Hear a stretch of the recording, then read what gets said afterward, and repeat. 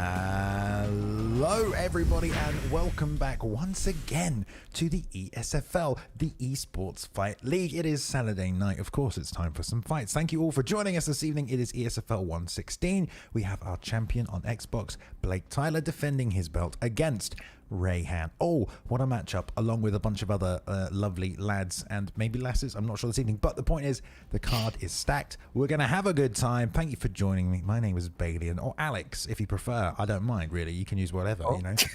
Oh wow. Cheeky deeky. Anyway, I'm joined tonight by these two pros at what they do, legends of the game, Mr. Bruce Lee Rob and Mr. I'm a Boxer. Let's go with you first, sir. Good evening. We haven't been here personally for 2 weeks now, of course.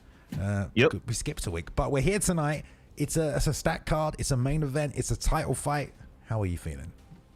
Yeah, feeling really good, especially when I'm looking at this card here. It's a lot of things that I know we're going to get into, but it's a good day, good night of fights after this. I can't wait for this fight card and this weekend. All right, perfect analogy. Look at that. All right, Mr. Rob, yourself, sir. How are you tonight? I am very, very good, Bailey. I'm so excited for Jake Paul and Ben Askren. I can't freaking wait to see that fight. But of course, we got some great professional fighters here tonight on the Xbox. Are you so saying I'm those guys, very excited. You saying those guys aren't professional? Is that what you're saying with that, or? I did not say that. Jake Paul's a professional fighter, bro. This is the fight game. Didn't you see that press conference?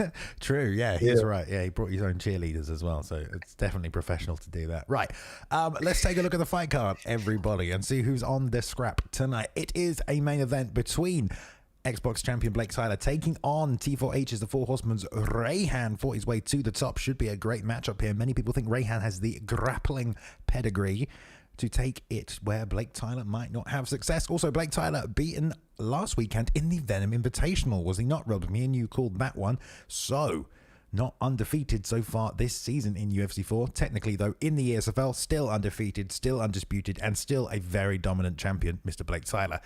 Co-main event, Dino MMA is back, one of the most dynamic strikers in the game. It's in his name, but he's taking on his teammate Dirty Dave. Dirty Dave did very well in the Venom tournament as well. So did everyone from EK last weekend. So, you know, coming fresh hot off the back of that. We'll see how that plays out, but I assume the winner will be getting a shot at that strap. So teammate versus teammate. I'm sure they've played each other a lot off the time, but we'll get it. Anyway, then we have Mr. Papa Lima. Before that, we have Mr. Papa Lima taking on Jiri, ESFL's own. Interesting matchup here. Jiri getting a tough test in a veteran Papa Lima. Good strikers on both sides. Should be a good matchup. Then we got Dabican here tonight as well versus Pablo Grips. Great little veterans matchup there, as well as Kane taking on Southpaw. The return of Southpaw. Not seen him in a while, so that's a good fight too. And then the prelims, we've got some up and coming talent in God Ate My Pig. Tadpole is here. Guinness is taking on Spider.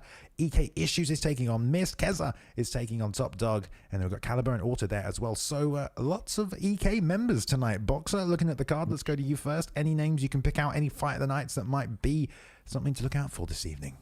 Yeah, definitely. Anytime you're looking at EK Dino versus EK Dave, that's one fight I'm looking at, because Dino, we know his striking is just so versatile. You're going to see some things that you've never seen before, and you're always going to be able to pick up some stuff. Now, anytime you talk about, if you're a member of that T4H camp, I'm looking at Southpaw versus Kane. I want to see what Southpaw brings to the table. We hadn't seen him in a while, but anytime you're repping that T4H, I think you're going to be one of the elites out of all of the greats. So I'm looking at those two fights outside of the main event to watch out for on tonight's stat card. Yep, I agree. What about you, Rob? Yeah, without mentioning the fights that Boxer has mentioned, I would say Dabican versus Pablo Grips is going to be insane. Dabican brings a lot of pressure, and Pablo Grips is a wild technical striker, so that should be fun. Yeah, I agree. Well, you heard it here first, people. Nothing but great fights tonight from top to bottom. The UFC is starting in, 3 hours? We've got plenty of time to get through this. An advert on this person's stream. So we will guide you through until then. Does anyone know what time that fight that Rob wants to watch tonight starts at? Do you know, Rob? I think it's 9 p.m. Eastern, I think. We'll be fine. So Don't maybe worry. 6. If you were going to see it, you're not going to miss it. Bro. We can't miss it. Well, we might miss it, Rob. Oh, that's a shame. The card drags on. Anyway, let's take it over to the first fight. We have AJS Caliber ready to take on Auto at welterweight. Right. Should be a good fight. Yep. All right. Yeah, we got. Bruce. I know that Caliber is fighting out of the camp AJS. I don't know what that stands for. He's strong in the wrestling department, very hard to finish, very well rounded. It's his debut tonight, but it's also his opponent's debut, Otto, who's also 0-0. Strong pressure, sneaky inside that pocket, and good on the bottom. So I guess if you take down Otto, Boxer, you might be in some trouble. Yeah, and we talked about it here with the meta of a wrestler and the wrestler striking versus like a pure striker here. And this is what I want to see, because Caliber is going to have to be very careful and time his takedowns, because if he doesn't, he's going to gas out. But you got a nice striking on Kamaru Usman with that new Trevor Whitman jab. Take it away. Yeah, I mean, we play Usman on this game. You're just so long. You can just frame out so well. And you're also really hard to stop when you enter. So when you enter jabbing first, it's really hard to beat your opponent to that jab. So Auto has to kind of set Caliber up and not let him move forward. Because if he does, it's going to be hard to just counter jab with his own jab. But there's a nice straight left, pops him there in the face. Caliber landed a nice leg kick. Nice return from Auto there as well, trying to check hook. And keeps throwing that as well, but that will start to damage that block as well there as well. But we know Caliber has the advantage with the kicks. We'd like to see some of them. Question mark kick comes up high off the straight, and there's an outside leg kick one more time. They're trading like we said, but bounce back to the body there from Auto. Nice job, nice work. Still trying to flick that jab up, and they're actually beating the timing now. So Auto's doing a great job snapping on the inside of Caliber, and now pressuring him back. Yeah, and one thing we see, we don't see this a lot. Caliber switched off into southpaw here. And the switch stance is a 94 of Kamaru Usman. So he just takes a little bump here, but this is very surprising that he went this route, bro. Yeah, and Otto seems to just be, feeling himself right off the gate. And he's just really doing a good job. Nice leg kick there. He's looking for that head kick as well. And that 1-2 from Otto, I mean, he's just popping Caliber time and time again. Yeah, Caliber needs to do something here. He started going backwards. That's not good. That's letting Auto just step forward with the 1-2. There's a nice straight, beautiful double leg time right after it. Exactly that. Great adjustment. 2:30 in the round. Can definitely still steal this round with some nice ground and pound after Post drops some strikes there. But exactly like you said there, Rob, the 1-2 popping him all day, needs to get away from that. And he did so just there. Now controlling from the top position. Short shots from Auto. He's got a full bar of GA. Loses it though after the fake for the arm triangle. Straces slate through to the side control, but doesn't get it. Bumps back. Almost gives up full guard. Now looking in the arm triangle. Don't know if he's going to sink this in here, Boxer. Probably just looking to score some points. Yeah, maybe he could score some points. I was getting ready to say he could use that to transition to side control, but this is where you want to be when you're using Kamaru Usman. We're talking about a top control of 93, and you still got 1 minute and 30 left on the clock. And this is where you can control the fight, because you only got a 90 ground game here from Edward. And let's see if he holds it, and he does not hold his position, but he's not out of the woods yet, bro. Yeah, nice transition by Otto, able to switch the position. Now he's going to let him up because he's had a lot of success on the feet, but he's got his leg there. Tries to go for that flying knee, unable to. There's a nice front hook uppercut combo, but unable to get it. And now Caliber able to work his magic again, throwing those head kicks. So I was just checking on live notifications there. All right, but we are back. Still good job dictating the pace. Retaking the center there from Auto, exactly how he started. Inside leg kicks are going to work for him. Lots of damage on those legs as well from Caliber. Pretty good first round. Kind of hard to score there. I mean, definitely there's a striking advantage for Auto, but Caliber got that top control. Yeah, it's really tough to score that with where the meta is right now. When you take a lot of damage, did you do enough with the takedown and the damage that you did on the ground? You also had a submission in there. So let's see. But round two, guys are coming out, and I'm liking the stamina here on Caliber. He's still fighting out of that southpaw position. But he's doing really good right now. You see, like he's waiting. Beautiful check. Right off of the check, then he gets into the turning takedown. and it's early in the round, and he wants to keep this position. And right now, against the cage, you got to be careful because you don't want to get, he gets out of trouble right there. So he is in a very advantageous spot right now whenever you got Kamaru Usman, Bruce. Yeah, most definitely. And from this position, looks like he's going to try to take the back, rolls over, maintains that half guard control, and now just landing some short shots, trying to get that grapple advantage up and keep the pressure on Otto and make sure he's not able to transition out. There is the transition by Otto right into full guard. Good job, but there's the posture up, and now raining some bombs to the belly, trying to stab away that stamina. Yeah, you're right. Sap away the stamina indeed. Another repost drop there by Caliber. Did a good job maintaining top control. Nice to land the full guard. No sit up from Auto. Immediate post drop. Half guard slice. Gets that straight away. And then the slice back through to side control. So right back where he was a couple of minutes ago after he rolled out of that tail position. Got a full bit of GA. Takes a sprawl one more time. Tries to hit the same side. Does Caliber. Nice deny by Auto. Gonna pause briefly to try and miss the timing on the get up. But just gives up some GA. Harder to get. Nice deny, and then we're back to this position we were about 2 minutes ago here. This time the back hook comes in. No, deny. Great job by Caliber. Let's see if he can hit the get up. Goes to the backside switch. Doesn't get it. Back to side control. Just good maintaining of this top game right here by Caliber. Auto's really got to find a way out of this position. Keeps going back to sprawl boxer, but it's not working out for him. Yeah, right now, this is a dangerous position because if he gets his back put up against the cage, but every time he gets denied here, his angle is not necessarily against the cage. And look, now he's able to just rain down some of this damage. And surprisingly, he's able to get back to the feet. And look at that takedown denial there. And look, now Caliber is back up to his feet. But if you're Otto, this is where you want to be if you're using Leon Edwards, where you have the advantage on the feet there. Good job. Beautiful. Big shots. Oh, he's unloading right now. Oh my God. Yeah, a lot of pressure, and wow, that was huge. What a duck by Caliber, and that opened up about 6 or 7 big shots to the head and to the body. I mean, that was a lot of damage. Good work, and only 30 seconds left. Could have solidified the round for Caliber. A big shot to the leg. Oh, he's hurt. Oh, yeah, that's gonna hurt a lot going into the next Bang! round. Oh, and the head kick set up beautifully there as well. Doesn't work that one. Here comes the combination from Auto. He punched himself out.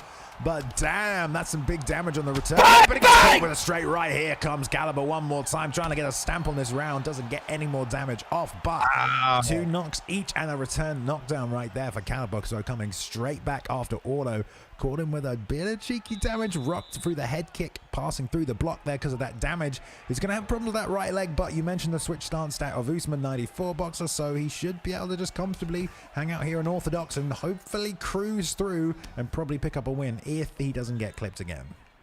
Yeah, definitely. That was a big knockdown there from Caliber because I feel like he needed it. You just never know if you've done enough on the eyes of the judges here, but on the stand-up, now he's switching back to so you never know how the judges are going to see this here. Oh man, that's a huge knockdown here by Otto, but now it looks like Caliber wants to get to work, and a nice slip there, landing some huge damage there by Caliber. He's showing you that he can get it done not on the ground, but also on the feet. Bruce.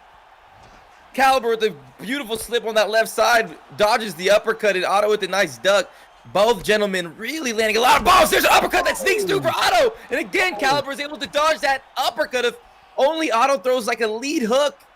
Oh, but he throws a spinning back kick. Wheel kick comes out there as well. Forget cruise through. This is a slugfest right now, trading rock for rock. Oh, they're trying to step forward with that left hand one more time. Chops the body instead. But Caliber's catched him with that lead hook. Nice slip off to the outside with a straight right there. And Auto having to reset his footwork now, faking on the way in. Both men. No, one more shot can hurt it. There's a ducking right hand that whiffs over the top. Auto trying to step through. Chops one more time to the body there as Caliber's trying to return with the lead uppercut. Doesn't catch him. Lead hook comes out. There's a big right hand. Drops Auto one more time. The ground and pound for the finish. Surely here for Caliber. And he takes the W. Yes, he does. Damn. There we go. Wow. Great first fight, man. Great first fight. Yeah, that ground striking from Kamaru Usman is a 95. So when you get knocked down and he jumps on top of you in your guard, even if you're blocking it, you're not out of the woods yet. Caliber really showing you how you get it done on the ground and get your opponent's stamina down, and then you can fight one of those strikers toe-to-toe on the feet. That's how you want to use Kamaru Usman to textbook. So good job by both of those fighters. A very exciting fight to start out the night of fights here, Bruce. Yeah, the fight kind of slowly turned up as the rounds progressed, and you saw Otto doing a really good job on the leg kicks, but Caliber, like at the end of the second round, started checking those leg kicks, and then the fight started heating up, and the head movement, slipping that uppercut whenever Caliber was hurt, really helped him stay in there, and then he got the finish, Bailey, and that was a beautiful performance by Caliber. Yeah, really, really good performance, especially just to get us started here tonight as well. Going to pump up the entire rest of the card. Fantastic job, great finish. And dangerous as well, right? Both trading rocks, going backwards and forwards, especially like you said with Kamaru Usman trading with Leon Edwards. That's kind of a little dangerous there, but he got it done. There was a lot of body work from Otto there. Obviously didn't pay off in the end. And Caliber was going to the head and got the W there. So there we go. Good job. Good job. Right, let's just move straight on to the next one, because the next fight is ready to go, and I'm sure you guys want to see it. We have our first member of the EK camp tonight, the Elite Kings fight camp. Top Dog representing tonight. Someone who I don't think we've seen yet this season in the ESFL. Oh, excuse me. I might be incorrect in that one, but he's fighting Kezza.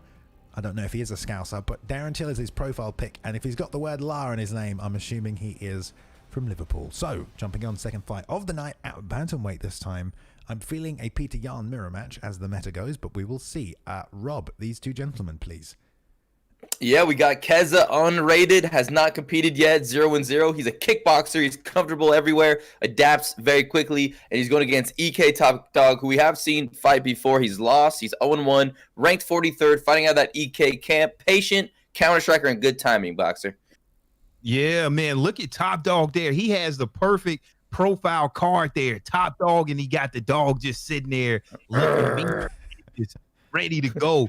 So, yeah, we're talking about getting this Piotr Yan pickup mirror match. We already know you're going to have to look at that force of nature perk because you don't want to get down on that stamina. It's hard not to get Piotr Yan in this division because with that punching speed of 95, punching power of 95, just a well-balanced fighter around the board. And even when you talk about the grappling and the takedowns of 91, just everything, top control of 90. That's why you see kind of the meta of the top fighters picking these Piotr Yan picks. So these guys can get started at any time they want to. I'm excited to see how it goes no matter who they pick up here. Yeah, it's kind of strange to me that he's right in the middle of top fighters there. I mean, that's done in ranking, right? In ranking of stats. Is that just because maybe his submission stat is relatively low compared to a lot of them? I mean, what have they put Corey Sandhagen at for him to be statistically higher than Peter Yan? Obviously, Yan was in that top spot because he was the champion, but I mean, have you got your console on here, Boxer? Tell us what give us his submission stats and his ground game. Submission stats of Corey Sandhagen is a 90. Submission stats of Piotr Yan is a 84. Right. Submission okay. Wow. Piotr Yan 892. Right. Okay. So 84. I mean, he's never gone for a sub, I suppose. That's right. I wonder if there's anything else on there that brings him all the way down. Because he's less than, Marlon Moraes. I mean, damn. Yeah. Only other thing, Clint striking of an 89, is not that much. Right. Clinch work, I suppose, as well. It's not high. Man, and look here. Man, I love that short selection. Now, even though you got a mirror match, you can select these different shorts, and now we can differentiate the fighters, man. I just love that the Venom gear and the new short selection that they added. The shorts look so good. And here we go. Got this Piotr Yan mirror match here against two of the elite guys, EK Top Dog, Kezza. Man, take it away, baby. All right, yeah, like you said, second fight of the night, ESFL 116 tonight. Xbox title will be on the line in the main event, but right now, a nice matchup between Top Dog, 0-1 so far this season. Kezza making his debut. Nice push kick into the switch lead body kick. Nice work there as well. Top Dog pulling that right hand that might have connected nicely already, making the adjustments to those push kicks up the middle. Nice straight right though, catches him, and Top Dog looks to be timing his entry, steps in with a slip straight lead hook and tries to shoot the double out of range, and Kezza just floats again one more time around the outside. We're seeing some kickboxing from Kez right now. Tries to slip, lead hook, catches him. Lots of them push kicks. Damn, diving across the octagon with that ducking right hand over the top of that straight right's coming right up the middle. Enough push kick just out of range there. Oh, switch misses there to the body as well. Top Dog trying to double jab his way back in now, really finding a home for that right hand and trying to set it up with those jabs. Good job. Oh. Yeah, I like the head movement here early on here of EK Top Dog. And look at here, but this is what we talked about. When you get one of those takedowns denied, look what it does for your stamina. You can't make those mistakes. And now with that force of nature perk, it's going to give dividends to Kezza. So let's see how EK Top Dog is able to fight out of this hole, Rob. Yeah, we'll see. Kezza with a nice takedown defense early. That's really huge. And you saw Top Dog coming out like a damn warrior with that jab, straight combination. I mean, he really is coming out fast here. And Kezza's holding his ground right now. Now he's throwing some stationary shots, and he's backing up Top Dog, which is very good stuff to see from Kezza. Yeah, Kezza doing a good job with those push kicks. Obviously, that's going to help him keep control. Tries to throw it there, but fakes on it. There's that lead hook. Comes back off the straight for the second time. And Top Dog again out of range with his double leg. Got to wait for Kez to crash in if he wants to land that. Now pulling that right hand short as well, but steps in. Nice job. 1, 2, 3. Right up the middle. Lots of jabs from Top Dog. Really trying to set up that right hand. There's a front kick up the middle into the head this time. Nice work. Both men really trading here as well. Don't forget the force of nature perk. We talked about it. The person with more head health is going to have the advantage. Another lead hook there. Drops him again. Top Dog under the works right now. Kezza trying to push forward. Double shots to the body. Now driving all the way to the cage. Top Dog managing to survive and frame out, but this is not looking good for him. Taking the first round. Gets caught with a straight right lead hook there on top, but lets him up, Boxer. Wow. Yeah, surprisingly, he lets him up. He must be really feeling good about where he's at in the stamina department. You know, after you get rocked, a lot of times it's just snowball from there. But one thing that Kezza is able to do, he's able to land a lot of those front kicks, which has him up right now in that head health department. And with these 2 knockdowns here, I mean, you got to think EK Top Dog may be thinking about surviving this round, and on the next round may look at trying to get the fight to the ground. But man, oh man, Kezza doing a great job here in the first round, bro. Yeah, he is, and you could tell Kezza is very confident. That footwork he's utilizing, the in and out movements, and in that early parts of that first round, EK, just looked like he was rushing things, and he was going for those takedowns out of range. Just looks a little uncomfortable. Hopefully he'll be able to, get his head right. Oh, big knockdowns. I mean, that could have been a 10-8 round, boys. Yeah, he just went for that jumping head kick and get caught with a straight right lead hook. So that's not good. I mean, that kind of a technique, doing it while moving backwards is kind of risky. But, he went for it. Kezza capitalized and then dropped him straight afterwards again. So we'll see if Top Dog can recover. He has a little bit of head health, but at a disadvantage still versus Kezza. Nice jab. Thought about level changing back to the body. There's another front kick. Kezza doing a great job of throwing those out there and catching him with them. So Top Dog got to be careful. 1, 2, 3. Again, probably the best combination Top Dog has landed this fight. Tries to pull back there. Gets caught with the lead hook one more time. The block is now low. Circles out nicely away from the lead hook and chops the body. Good job, but nice return right there from Kez. Says, nah, gonna give it straight back. And again, the straight right lead hook from Kezza. All fight, all day. Nice pulls back, but he puts himself on the cage. Oh, it's looking tough for Top Dog dealing with this pressure, Boxer. Yeah, it's very tough right here from Top Dog. And every time that Kezza lands one of those front kicks, and look at there, that was a good turn and take. There we go. Exactly what we talked about in the first round. Top Dog wanted to get here because his head health is low. Now he's safe from that head damage while he's on top. You got 3 minutes to go. Right now, what you want to do is get in the most dominant position that you can and then posture up and land down some strikes or catch your opponent when his stamina is down and get a submission right here. But Top Dog has a lot of work to do here in the guard of Kezza, Bruce. He definitely does. But those EK boys are always training and drilling on the mat, so he should have some dominant top control. But here we go. Oh, he's unable to block and he gets sweeped. That's something that he should have read right away, but he doesn't, and that's a big play right there from Kezza. I feel like that's just such a overused sweep nowadays. You always have to go to something else. You can only really hit that against someone that doesn't know about it. Anyone else, if that full guard momentum sweep is coming, you got to assume that opposite side sweep is, especially in the EK camper. Who comes forward now. Kezza one more time, drops him. Kezza! Again. Top Dog now flailing back to the cage. Nice slip to the outside. Beautiful double leg. That is more of what he needs. But he had this opposition and got swept from full guard, so he can't let that happen again if he wants to win this fight. See if he can do some damage from here for Top Dog. But ultimately, he's not going to be able to do enough to win this round. So he has to look for the finish either now or next round. It's going to be tough. Yeah, EK Top Dog, the only silver lining that I see is he has had success with that turning takedown in that situation. That was a turning takedown that you wanted to block with R2, L2 and down. It's a slight camera adjustment that you have to really pay attention to that nuance. But this is where we said, Top Dog, he needed to get postured up in a dominant position. And you never know what can happen here. 30 seconds remaining. He needs to stay in this position.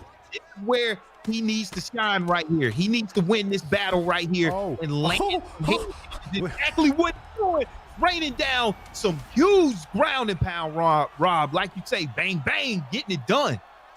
Yeah, I mean, he's bouncing his head off the canvas, and that is some great work, not only for the scorecards, but for the confidence going into round number 3. Kezza knows that his opponent's going to be able to hold him down and get to that advantageous position, and he got a key denial on that right side, which is huge to get, hard to get. It's a nice guess there. So a big round by Top Dog. Here we go, round number 3, Bailey. Let's go. Ooh, what the hell is that? Did he fake it? That was kind of weird. Love touch. See if he blocks us up. Oh, he got it again. Oh, Top Dog, what's happening there, man? You got to go home. The EK boys will not be happy with you for missing that one twice, I suppose, as well. But maybe there's a little lag going on. I don't know. Can't judge him for it. It's in the fight. Here goes Kezza back on the feet, trying to repressure with that lead hook. He had so much success with it early on. Keeps dipping his head to the right-hand side all the way. It's almost like a takedown fake, but it's not. Nice stuff there. Good defense. On the turn. Harder to stop those turning double legs, it seems, and the single leg. And now Kezza puts him on the cage, punishing to the body. Top Dog timing the knee. He was waiting maybe a little too long for it, but got it that time. And Kezza steps in with the knee. A little bit of a patient break, but gets turned around, waits too long, and we're going back towards the cage here. So Top Dog unable to get a takedown so far in this round, but catches him with a big right, but gets eaten as well. Oh, huge left hand here is the night of EK Top Dog. Kezza having a little bit too much on the feet for Top Dog there. A very impressive performance, Rob. Man, what a knockout. Oh, man, that was wild. Look at that. Oh, he leans the wrong way, doesn't have his block up, and he just eats a power left hook from a power puncher in Payton Rayhan. I mean, that was huge because Top Dog was starting to feel himself at the end of that second round and beginning of that third round. So to hit the off switch like that, big moment for Kezza. First fight in his career in the ESFL, comes out the dub. Boxer?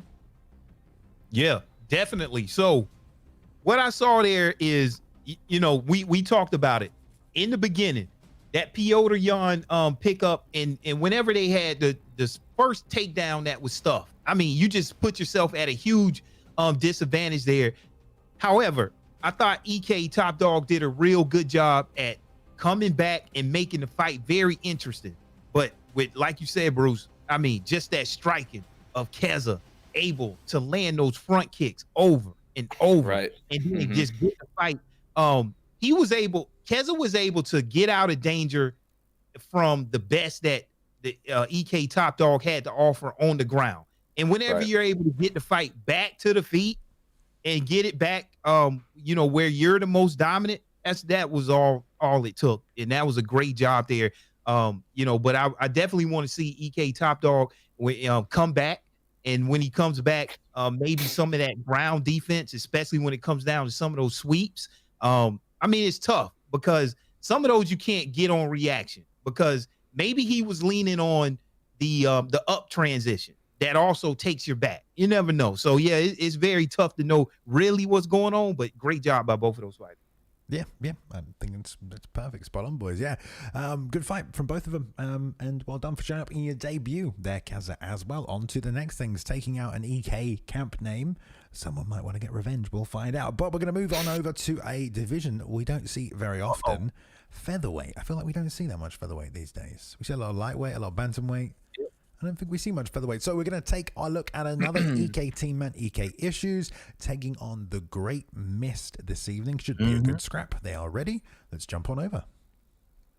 Here we go, guys. We have ranked number 44, EK Issues, 0-1 right now, fighting out of the Elite Kings camp. This man is a pressure striker. He loves head movement, and he's got some very good counters.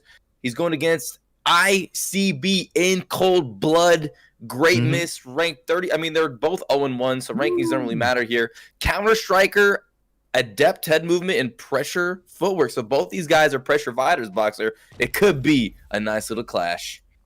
Yeah, in cold blood versus EK, a nice little camp battle here. And I like that EK issues graphic there that Boss Man did for him. He always says, man, check out the details, check out the stitching. So as I like that one that EK issues has there. But when you're talking about Conor McGregor, this is the guy that you don't want to be messing around standing up with a punching speed of 98, a punching power of 96, and accuracy 99 with the fast hurt.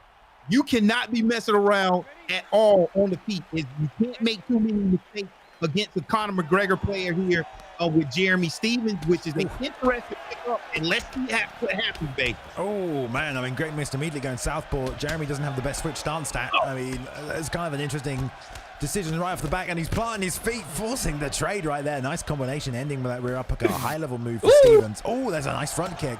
Followed up with a head kick. Mist looking to trade tonight against Conor. I don't know who has the power advantage.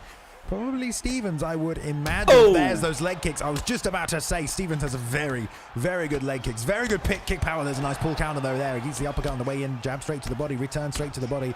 But those leg kicks, that's probably why he's southpaw right now, I imagine. Just to land that a little easier on Conor. And man, these guys are just trading. This is nuts. Oh my God. Yeah, definitely. Jeremy Stephens has a 95 in that kick power. So that's why you're seeing Mitch right now. He's definitely leaning in on that kick power of Jeremy Stephens. So let's see what EK does. And a huge overhand landed off of the whip of that leg kick. He's making it very easy to kind of tell what he's going to. And let's see how EK handles this leg kick. Oh, man, Great Miss TV is just letting his punches fly. I mean, that right leg has been abused. He's throwing huge shots to the body, end of the head. Another kick lands. That right leg is dwindling right now. But Issues obviously has a stamina advantage, and he has Conor McGregor out of the gates. He's going to be able to throw some bombs, but he's got to let it fly a little bit here. But I don't know. It's a 3-round fight, Bailey. What do you think? Well, I think he was definitely in southpaw to land those leg kicks, and now EK has switched. He's gone back to orthodox, so Mist is now going to be kicking even harder out of this orthodox stance, and on these trades he's going to have more of an advantage. He is taking a lot of head health right here, and he's not recovering either. He's kind of just re-entering the pocket every time he takes damage, and pull counter, double hooks to the body. You gotta love it, into the switch as well. This is a fight. Good job by Mist, just flowing right there nicely, but did a bunch of damage on the way in himself. Did it all off that pull counter, some UFC 2 stuff, you know, like you get the parry and you just unload on your opponent, but that's how Mist is playing tonight.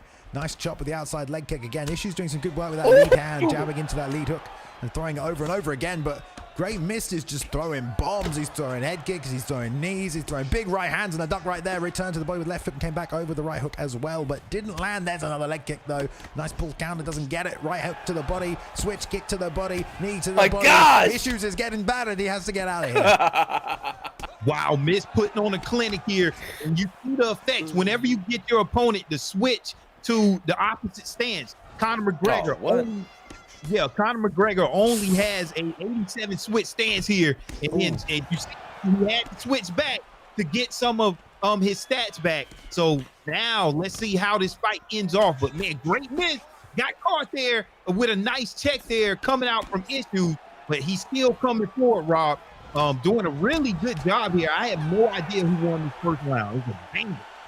Oh, man, Great Miss has turned this into a brawl. I mean, he's just throwing everything. That left leg getting tagged, the body, the lead body kicks, the body shots. I mean, he's creating chaos in there, but I still think that EK is landing the cleaner shots on the head, but the damage that was distributed throughout the body is definitely apparent here. And here we go, round number 2. I have no idea. I have to give it to EK if I had to pick. Oh, check hook is but Miss gets hit with the left hand now. Rock stands his ground though. He's not even moving, man. Is he waiting for a pull counter? What's going on? Oh, there it is. He is waiting for the pull counter. Oh, he's hitting to the body. He's down. Nice. Trying to finish on top here. Going to be tough. Going to unload the ground and pound. The block is going down. He's going to get it. He got it. Wow. Oh my God. What a great comeback, must I say, from Great Miss. Rob, what kind of confidence do you need to have to stand in that pocket and don't back up, knowing that you're going to hit that pull counter, which is one of the more tougher counter to hit, but it pays dividends if you're able to do it. And much I mentioned, he did this with Jeremy Stephens. We don't see people picking fighters that are not on the top page, and you get it done with Jeremy Stephens that has a 95 punch power. Very impressive win there by Great Miss, taking out one of the EK elites. Wow. Yo, Great Miss is a damn gunslinger, and he just got into a gunfight using Jeremy Stephens against Conor McGregor, and he somehow pulled it out and just dropped him dead and finished him off with a couple of hammer. Man, that was wild. What a wild fight. One of the most exciting fights I've ever seen. Great Miss TV is a freaking savage. Yeah, you could say that again. I mean, that's not how Conor fights. That's not necessarily how you should fight with Conor. I mean, you can fight with Conor like that, but especially that 145 Conor, who's a lot more of a pinpoint, counter striker, a hit and run fighter. Waiting and trading in the pocket might not be the best idea, especially against Jeremy Stephens. But of course, it was that pull counter all night. He was just camping it. It was very UFC 2, as it reminded me. In UFC 2, you'd hit the parry and then just unload as many punches as you could in a combination. It was like that. He was just waiting for it. As soon as he hit it, he was digging to the body with that right hook nicely. It set up a bunch of other combinations. Really nice work. Very impressive. So, a good win right there. Is that his debut? So Miss was 0-1. So yeah, not his debut. Not his debut. But he gets a win. Yeah, he does get a win. There you go. First win in the ESFL. Not easy to do. Many people come through. They never get a win. All right. So he's got a win. True. He can take that home. Put it on his mantelpiece. All right. Love it. Right. Okay. Let's move on to the next one. Fan favorite, of course, EK Spider, ready to fight tonight, and we'll be taking on Guinness as well. I could do with a pint of Guinness, to be honest, boys. I'm feeling it tonight. I would like one, but let's wait till afterwards. Right. Okay. Here we go. On to the next one. Guinness versus Spider. All right, you guys are in for a treat, ladies and gentlemen. One of the nastiest creative strikers. He is 1-3 in the ESFL, but this man is a fan favorite. EK Spider, fighting out of the Elite Kings camp. Creative combinations, flashy, great fight IQ, but Guinness is in his way. Ranked 35, has had a win and 3 losses as well, so this is good. This is a great matchup. And remember, Guinness was the IXC champion, so this man has tasted championship medal, and he's coming to get a win. He's hungry. This should be a good bout. Boxer, talk about these picks. Man, if Conor gets a haircut in the game, the developers give it to you. You got the calm Conor.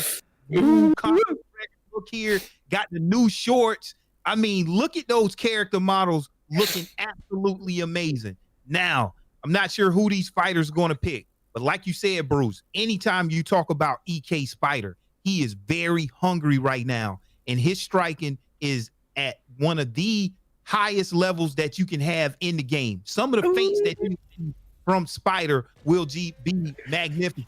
And now when we talk about a mirror match between Conor McGregor and Conor McGregor, this will be a boxing match. Footwork of 97, but you want to be careful who is able to stay in that dominant stance of Conor McGregor, because the switch stance is an 87. So you don't want to be switching stances and losing a lot of your power stats here. Round 1, Balian, take it away. Here we go. Conor v. Conor mirror match. One day we will have a rule in place to prevent this. We don't usually see Spider picking up someone like Conor. I mean, Spider usually picks a bit more of a obviously Conor has the kicks, but Spider's more of an unorthodox picker, plays people like Anderson Silva. Just those picks you won't always see. Nice catch there with a lead hook straight, and then nice jab to the body as well. Returns nicely. Guinness trying to flail over the top with the lead overhand, but Spider being nice and patient in the pocket though, gets caught with a lead hook, decides to step back out, wise move, recover some head health, reset. Nice leg kick as well, caught him off guard there too. Now to the outside, Guinness just trying to find a home for different shots, mixing it up. Spider definitely being more patient, waiting for the timing. Sticks jab to the body, fades back out again. Left hand goes over the top, but nice return, sticks to 1-2, and Guinness just outside with some of these combinations here. Spider just able to slide in and out, straight left, catches him as he steps in for the leg kick.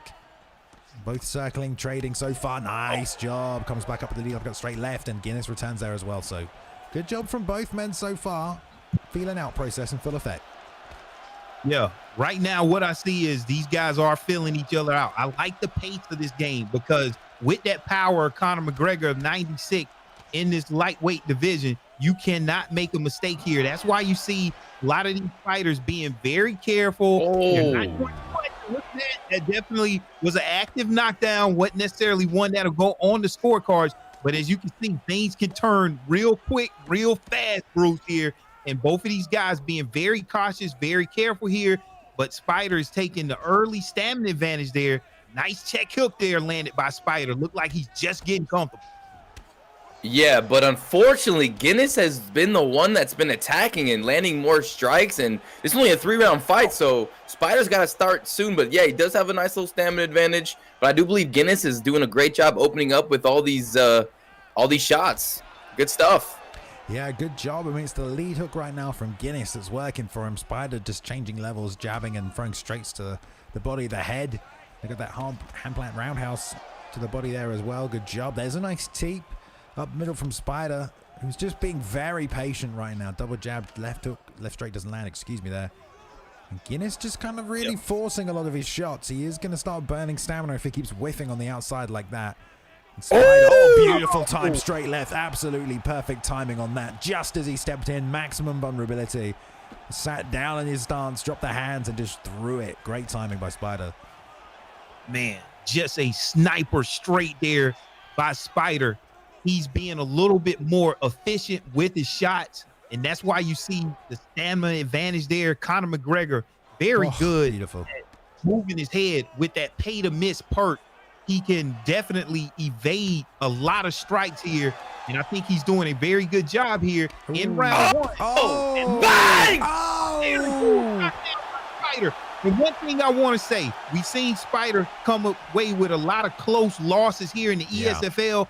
I can tell he's focused, Rob. He's dialed in. He is on a task. He's on a mission here, and he looks like he is on his A game today. Spider is not playing around tonight, Bruce.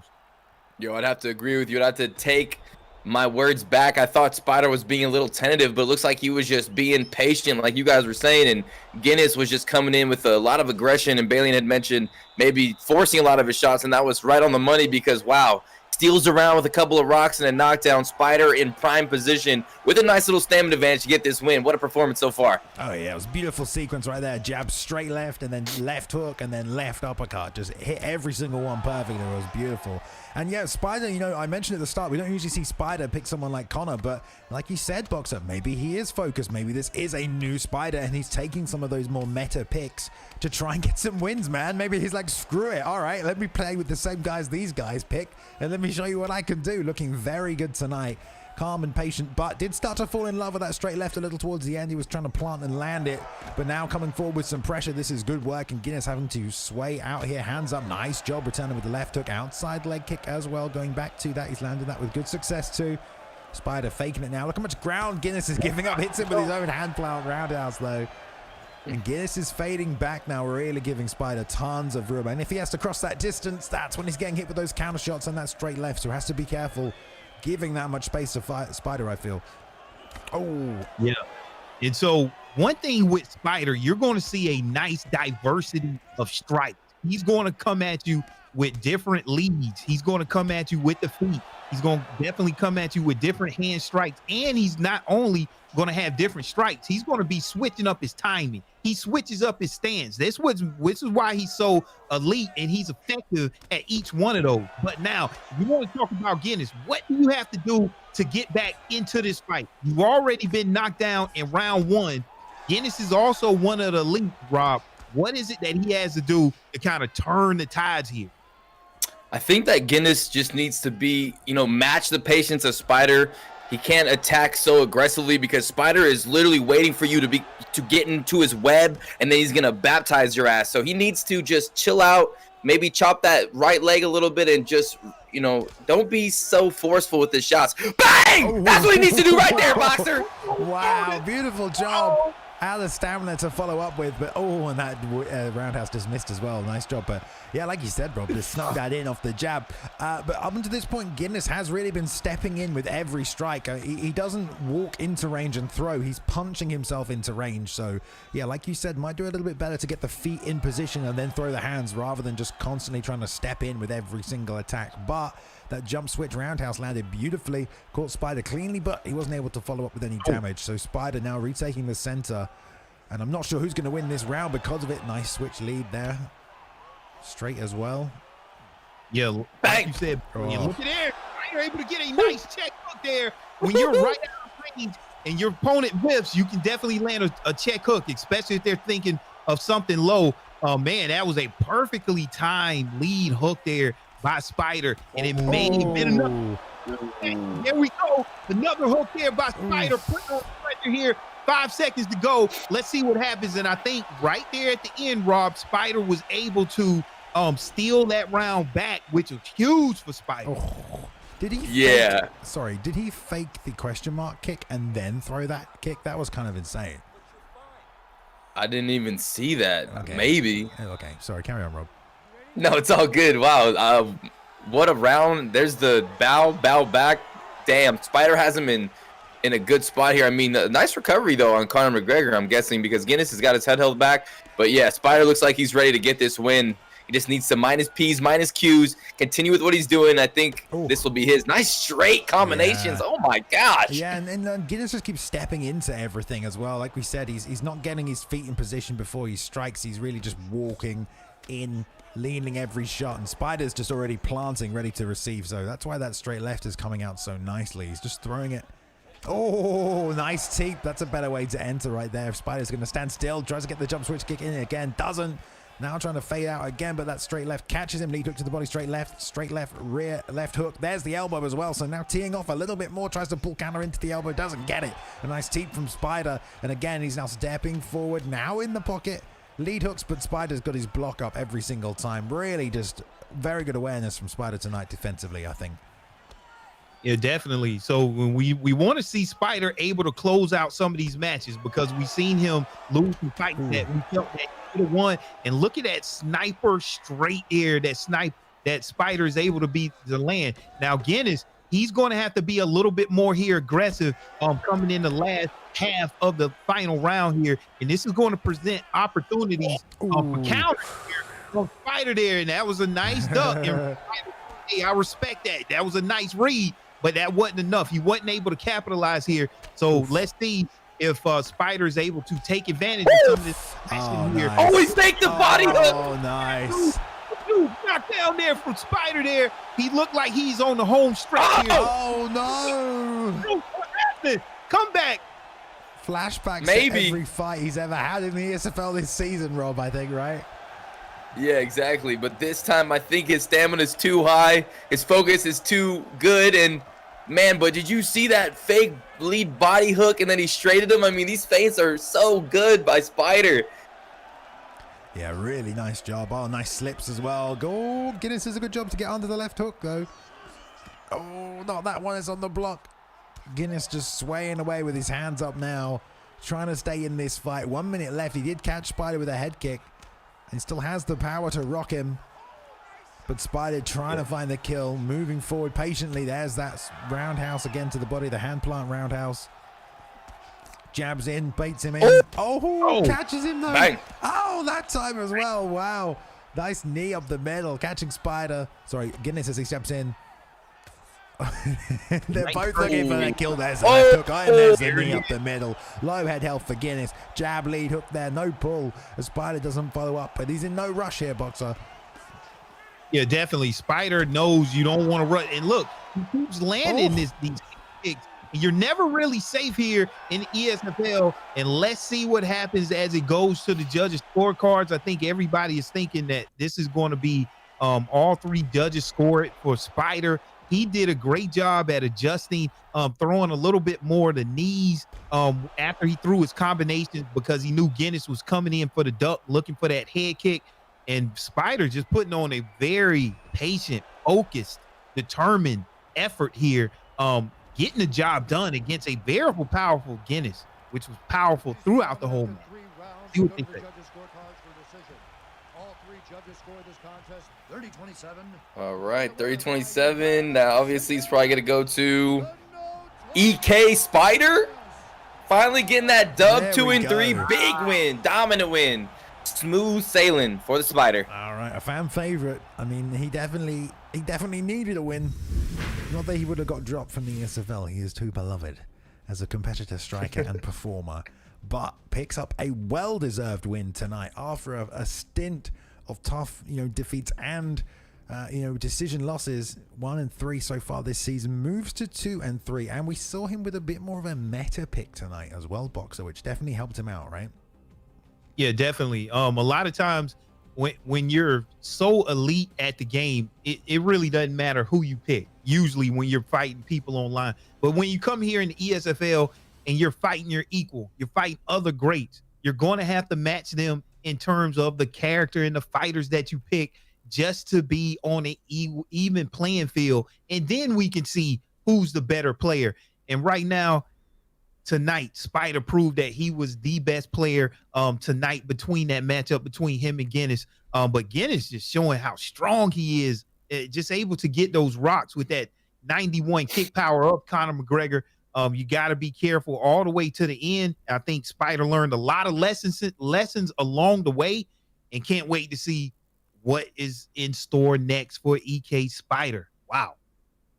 Yes, indeed. Speaking of EK, we have another EK member in the next fight as well. EK Slick now taking on Tadpole at welterweight. We're going to jump straight over because these guys are ready and hopefully should be another striking matchup. I would love to see Edwards vs. Thompson if we get it here. But Rob, here we go. You take it away. EK Slick, ranked 24th, 2 and 3. The people's champ, they say. Aggressive, ground and pound, and unorthodox stand-up. But he's going to be facing ranked 15th, Tadpole, 2 and 1. Technical pressure. Keeps a very fast pace and excellent wrestling. We saw last time we saw Tadpole, he's got a lot of people in his ear in the corner. So he's got a good coaching staff, a good training team. This should be a tough matchup for both these guys. A good opportunity to move up into the rankings, Boxer. I'll be right back. Yeah, boys. Take it away. Hang on. All right. Okay. Yeah. If they stay with these picks, it looks like they're going to do it. Stephen Wonderboy Thompson.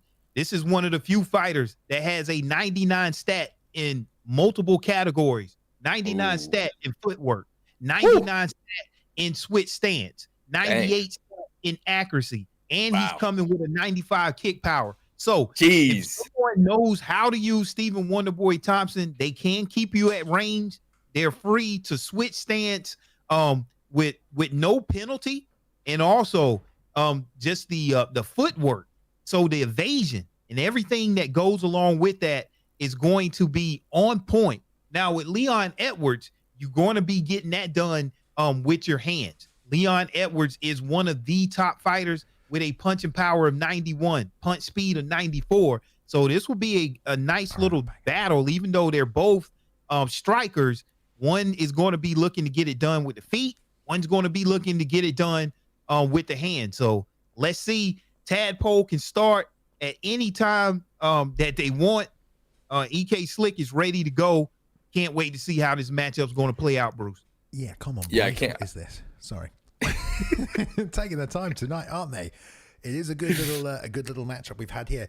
You've got to have a little shout out to the EK camp because they have been so consistent in showing up for these events, constantly getting the work in as a season goes on and on. Sometimes we see a lot of competitors start to fight less, right, guys? Start to compete less. Yep. Some of the big names start to sit out after, maybe they've had a few runs at the title or maybe just feel like they need a break.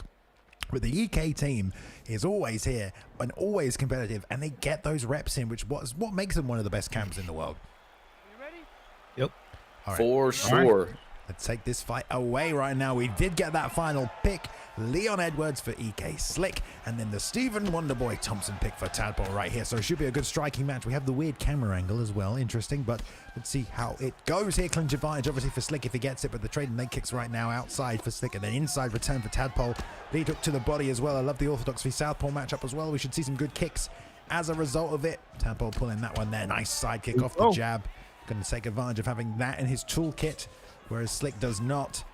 But Slick definitely the one putting the pressure on right now. Nice catch with the lead uppercut. Ooh, but a return from Tadpole, dipping left straight right there, doesn't do anything. Both trading in the middle, trying to beat each other to 1-2 here. Nice turning side kick off the jab as well. Yeah. So Tadpole already mixing it up, whiffs there. Oh, he switched stance when he landed that kick. Is that normal? Yeah, not sure, but one thing when you fighting some of these kickboxers with a lot of these side kicks and a lot of the spin kick, you want to be able to circle to the appropriate side so you get the free whiff and you got a free opportunity to land a strike. And so I want to see if Slick does his movement outside of just backwards and forward, if he gets some lateral movement going, because I would expect that from Stephen Wonderboy Thompson in his Tadpole pickup, you need to let some of these kicks fly, because this is where Stephen Wonderboy Thompson excels the best here. But right now, EK Slick doing a good job, Rob. Yeah, he is. He's doing a good job, landing some good punches on Tadpole. You see the head health being popped right there again and again. And I guess Tadpole, the only thing he's really been doing well is that right leg is taking some damage. So he's got to be careful. Yeah, he's trying to duck under, but he still keeps getting caught with that hook. Both men trying to use a bit of head movement, but it's mainly just slip straights and things like that up the middle. This pressure from Slick is giving Tadpole a lot of problems here.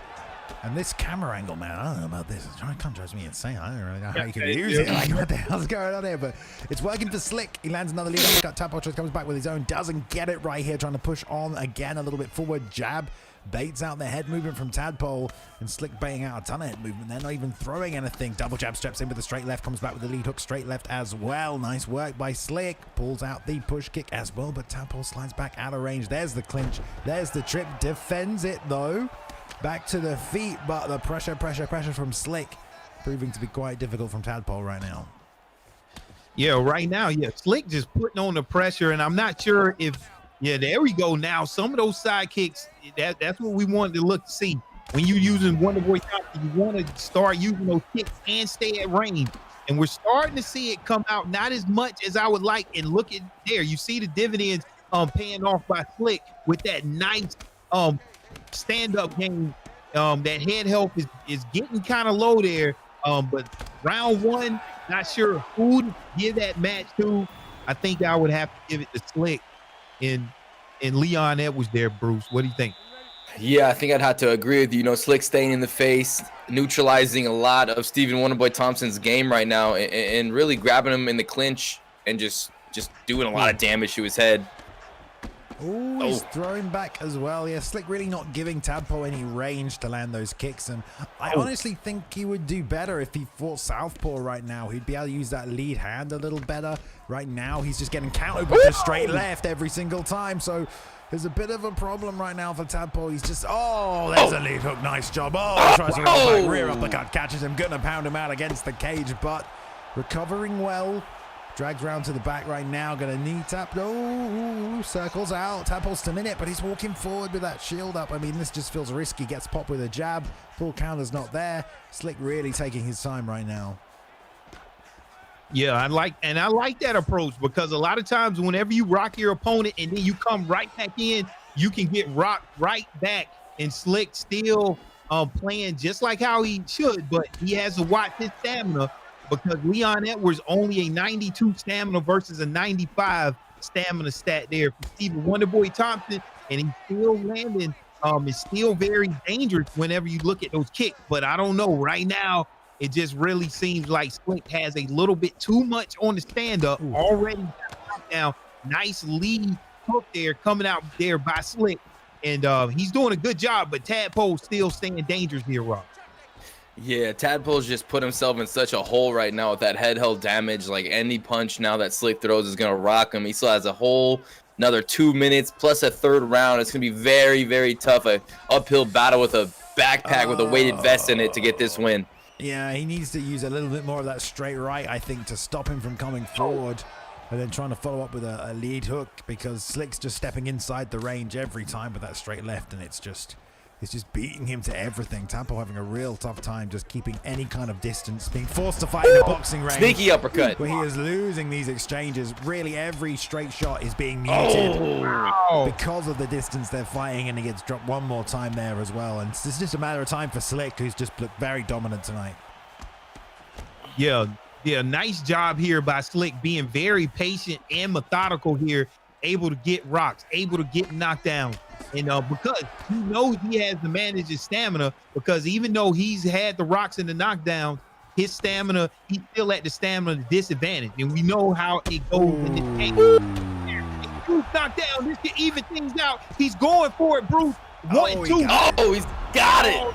Bro, end up playing that mini game perfectly and able to get a huge knockout and a huge win there. Oh man, great job there by EK Slick, coming out, getting it done for that EK camp with a strong Leon Edwards performance there. Bruce, man, what did you see? What was your analysis, man? That was a great stand-up battle there between both of those guys.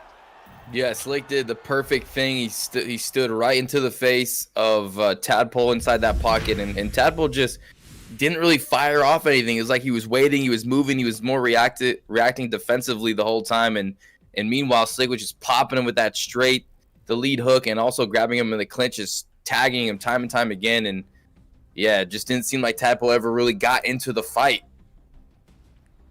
Yeah, definitely. I would have to agree with that. Yeah, when you're a longer guy, you know, you really have to fight at your range in this game. The reduction in damage from straight punches when you're fighting at a shorter ranges is pretty significant. So when you got someone constantly pushing you inside their boxing range and you're trying to fire back, it becomes really difficult to trade in those exchanges, and it's very hard to keep that distance. I'm not saying that Tadpole should have done that, but that's what Slick was doing constantly in that fight, forcing that boxing range where he just had the advantage. And whenever Tadpole was returning, every straight punch was just getting muted for him, unfortunately, there. So good pressure and good fight by Slick. But like we said at the start of that fight, those EK boys are constantly putting in the work and showing up, and it pays off. Have any of them lost tonight? Right here we had Kezza beating Top Dog, right? That's the first EK loss there. Mist actually beat Issues as well, so okay. Spider got a win, Slick got a win, so they're back on the winning track. 2 for 2 for the EK camp tonight as well, though, so there we are. We'll just take a quick second here. Thank you, everybody, for joining us so far this evening. If you haven't seen it and weren't here at the start, take a look at the fight card.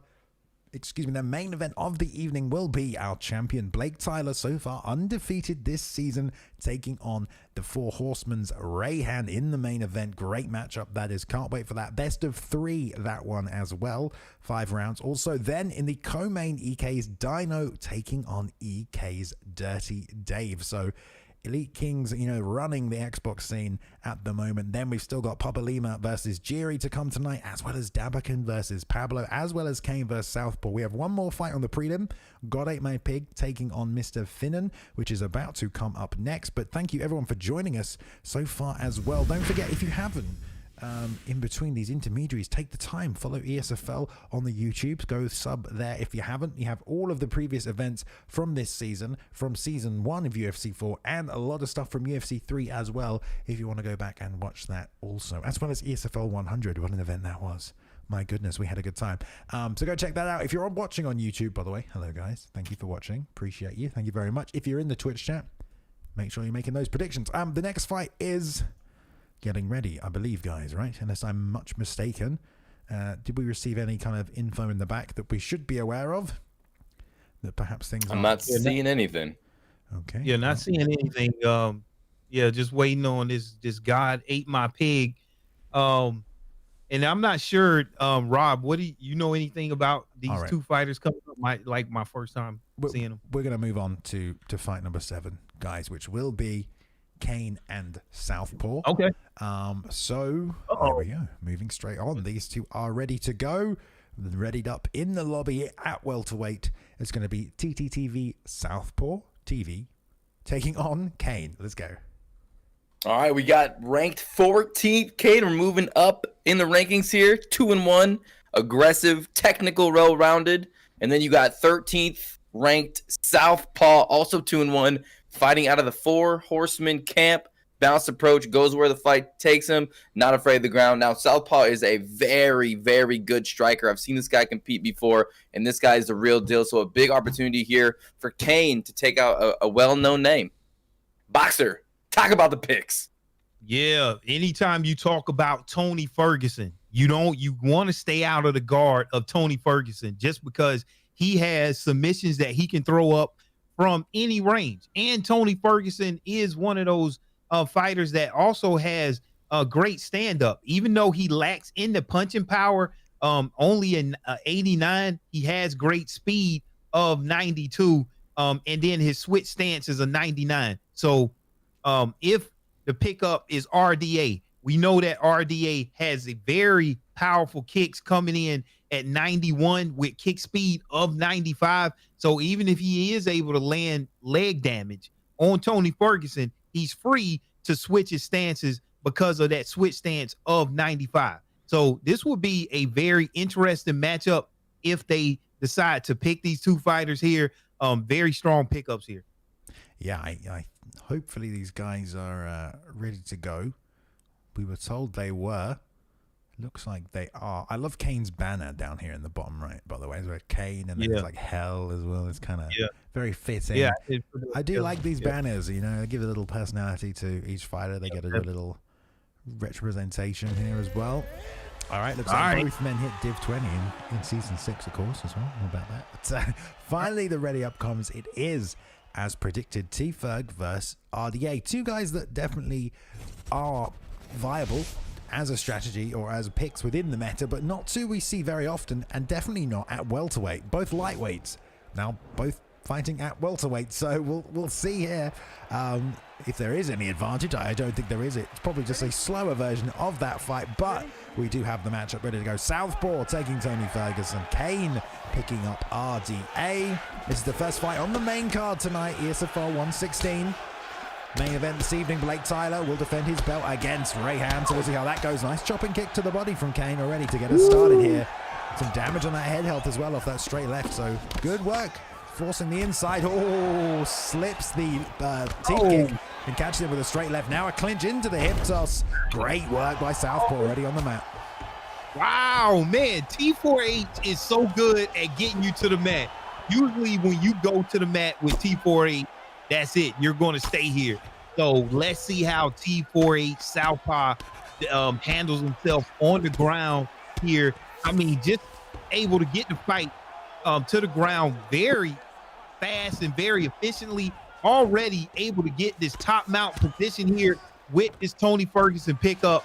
I mean, this is a great job here because the bottom control of RDA a 92, so he's no doubt able to get the fight back to the feet, Rob. Yeah, great job by Kane getting back up from underneath the Southpaw. And Southpaw is a very experienced veteran in competing. I've seen him in multiple tournaments. This guy is a real deal. So Kane has a big test in front of him right now, and I can't wait to see how he handles it. Yeah, lots of pressure from Kane as well. RDA, such a great pick. You've got great Muay Thai, beautiful job. Did a 1-2 body kick, then slipped, came back with a 2 as well. So good job pressuring and then, keeping the pressure by defending. Double whiff on the head kick, though. Try to come back to it. That's going to cost him a chunk of long-term stamina. And there's Southpaw doing a good job countering the jab with the lead hook. And then there's a nice uppercut there. Southpaw starting to pick Kane off. And Southpaw is someone who's very good when the fight hits the mat, so we'll see if he can get it there, as we did see it there earlier. Nice 1-2 come up top with the head kick, UFC 2 style there. But Kane staying on this pressure with RDA. Pressure, pressure, pressure. Nice jump knee. Ooh, good for Southpaw with the boxing, but gets clanged with a head kick. Doesn't do too much damage though, but that leg kick did for certain. There's the outside with the straight. Kane still pressuring towards that octagon side. We'll see if he shoots a takedown. Has plenty of GA to do so here, but looks like Southpaw circling back to the center. Been a close first round so far. Yeah, very close round. You got to be careful with this Tony Ferguson. A nice rock there coming out from Southpaw, able to get it done here on the feet. A minute left to go, but so it's still a lot to be said. But one surprising thing about Tony Ferguson, only at 84 in the takedown department. So even though he's really good on the ground, you have to be very creative of how you're able to get these takedowns. But even though Southpaw is a grappling expert, a grappling wizard, he's showing how dangerous he is on the stand-up here. A lot of whips right there coming out from Kane. I would like to see him like dial that in and be a little bit more efficient with his strikes here. But Southpaw doing a very good job right now. In the very first round here, bro. Yeah, most definitely, Boxer. Southpaw looking strong. Has a little bit of a stamina advantage in that first round. Got a nice rock, I believe, and yeah, the range management a little bit low. Go ahead, Bailey. No, nothing else to say other than to keep calling this fight as we move on to round 2. Trading with the straights. Nice head kick by Kane. Chops back to the body. Very even kickboxing match we have here tonight, ladies and gentlemen. Kane back on the pressure. Southpaw just giving up a ton of ground right there. There's the front kick. Steps in with the lead hand jab, though. Sticks him clean. Stops that entry. Nice lead head kick with a straight. Kane's doing that off the lead leg kick and the head kick now. Frames out nicely there. Retakes the snare. There's a nice hook. Catches him. He tries to slip off and fire the straight. And there's a nice 1-2 into the head kick. Doesn't do damage, but it broke the block completely. So that follow-up straight hit him, and so did that one. Kane trying to get back on his bike here as well, but he's losing stamina as Southpaw continues to push forward and chop the body. Great work right there. Nice straight right again. There's a lead hook. Kane trying to slip to that inside, but Southpaw giving Kane everything he can handle as Kane starts to fade just a little bit. Yeah, Southpaw using some of this marathoner perk here, coming out here by Tony Ferguson. Oh, he got it! He nailed it! And look there, Q's, up kick there, didn't let him jump on and get it to the ground here, but Southpaw doing a great job there of getting that knockdown, doing whatever he takes, and this time Kane knows that he wants to take that fight to the ground, so it was a nice takedown denial there. But man, doing a great job managing that stamina, like I was saying, with that marathoner perk with Tony Ferguson, Rob. Ooh. Yeah, Southpaw is just flowing so nicely. Whoa, watch out, misses that lead head kick, eats a right hand by Southpaw. And Southpaw, when he jab, body straights, lead head kicks, that combo is so pretty. But right now, he's got to worry about that takedown. Kane completes it into side control. Good job by Kane. Yeah, great job. Yeah, Kane, he got hit with it, man. Southpaw was trying to land it. Jab to the head, straight to the body, lead kick to the head. Beautiful combination. Great work. Rolling through for Kane now. Oh, sorry, for Southpaw now. And this is where we know he's dangerous. If he can get that rubber guard in there. Oh, denies the half guard. We're going to see a little rubber guard action from Southpaw. He's very good with it. I want to see some elbows. No, good, consistent job by Kane. Slices half guard and now straight into that top mound. Comes the leg lock. No. I don't know if he faked it there, but he bumped him straight back to half guard. Nice work. Now Southpaw going to work from bottom. Got a bunch of GA and hits the backside just as he tries to pass. But I think he waited on that, guys. It looked like he just timed that beautifully. A nice job by Southpaw right there, just getting that switch. Complete reversal of position now in his own full guard. Gets denied, though, and here comes the far side. Kimura doesn't get it, though. Ooh, good exchanges. Wow. This is some dangerous stuff here on the ground. It was a good job initially by Kane. Here, Kane throws up a submission of his own, and he's going for it right here. Man, this is doing this slam in the round here. Don't know if it's going to be enough here. Oh, it looks like here comes the escape or the cancel. Big slam there by Southpaw. Huge slam there coming out from Tony Ferguson, going for a Kimura of his own, just to show the judges, like, hey, you know, have it look good in the eyes of the judges here. Bruce, man, what do you see in that second round? A lot of fireworks there. Oh, man, I just saw Southpaw just putting on a clinic with that jab straight lead head kick combo, and then to get that slam, perfect timing. As Bailey had said, that was beautiful. What a fight by Southpaw right now. Kane did some good work, though. Got a good takedown, maintained control, got full mount, but he's a right hand, bang! Southpaw could get the win right here. Boom! Wow. He jumps off and then jumps back down and lands a bomb on him. He's smashing. He's smashing. That right hook was just nasty. Just ragdolled Kane to the mat. Here comes stack guard. Southpaw just wants its finish. Unloading the ground and pound. And Kane gets up time recovering. Bang, bang. He needs to get out of here right now. Gets the half guard sweep though. Very cheeky. Yeah, that was a great job there by Kane. Weathering that storm here. I'm not sure if he's going to be able to come back, but at least he's still in the fight and maintaining. But what a flurry there. Here's the rubber guard. You can go from top down to here. You have submission. There it is. Southpaw Oh, and he does not block the get up there. That was very dangerous move there, but you have to do that if you're King. He gets the fight back standing, but he may have a little bit too much damage at this point. Look, Kane was going getting down here, Bruce. Yeah, another great grab on that takedown. Southpaw getting back to full guard. There's the posture up by Kane, trying to land some payback strikes here.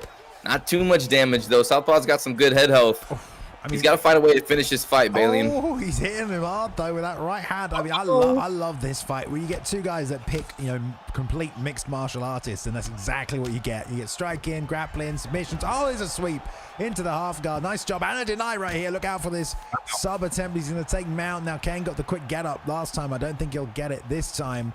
Trying to shock him off back to half guard right there as well. Tries to get the slice, denies, and now bump back to full guard. Kane tried to hit that armbar earlier. We'll see if he comes out with it again. Double fake left, right, then the reposture. Here comes the ground pound. Look out for the jump straight back. Doesn't go for it. Back to the feet. 1 minute 30. There's the big right hand. One more time. Here comes Southpaw. Kane getting underneath the left hook, trying to stay in this fight right now, but the jump knee doesn't land. The right hook comes in one more time. Slips the uppercut, though. He's staying in this fight for as long as he can, but how much more damage can he take, Boxer?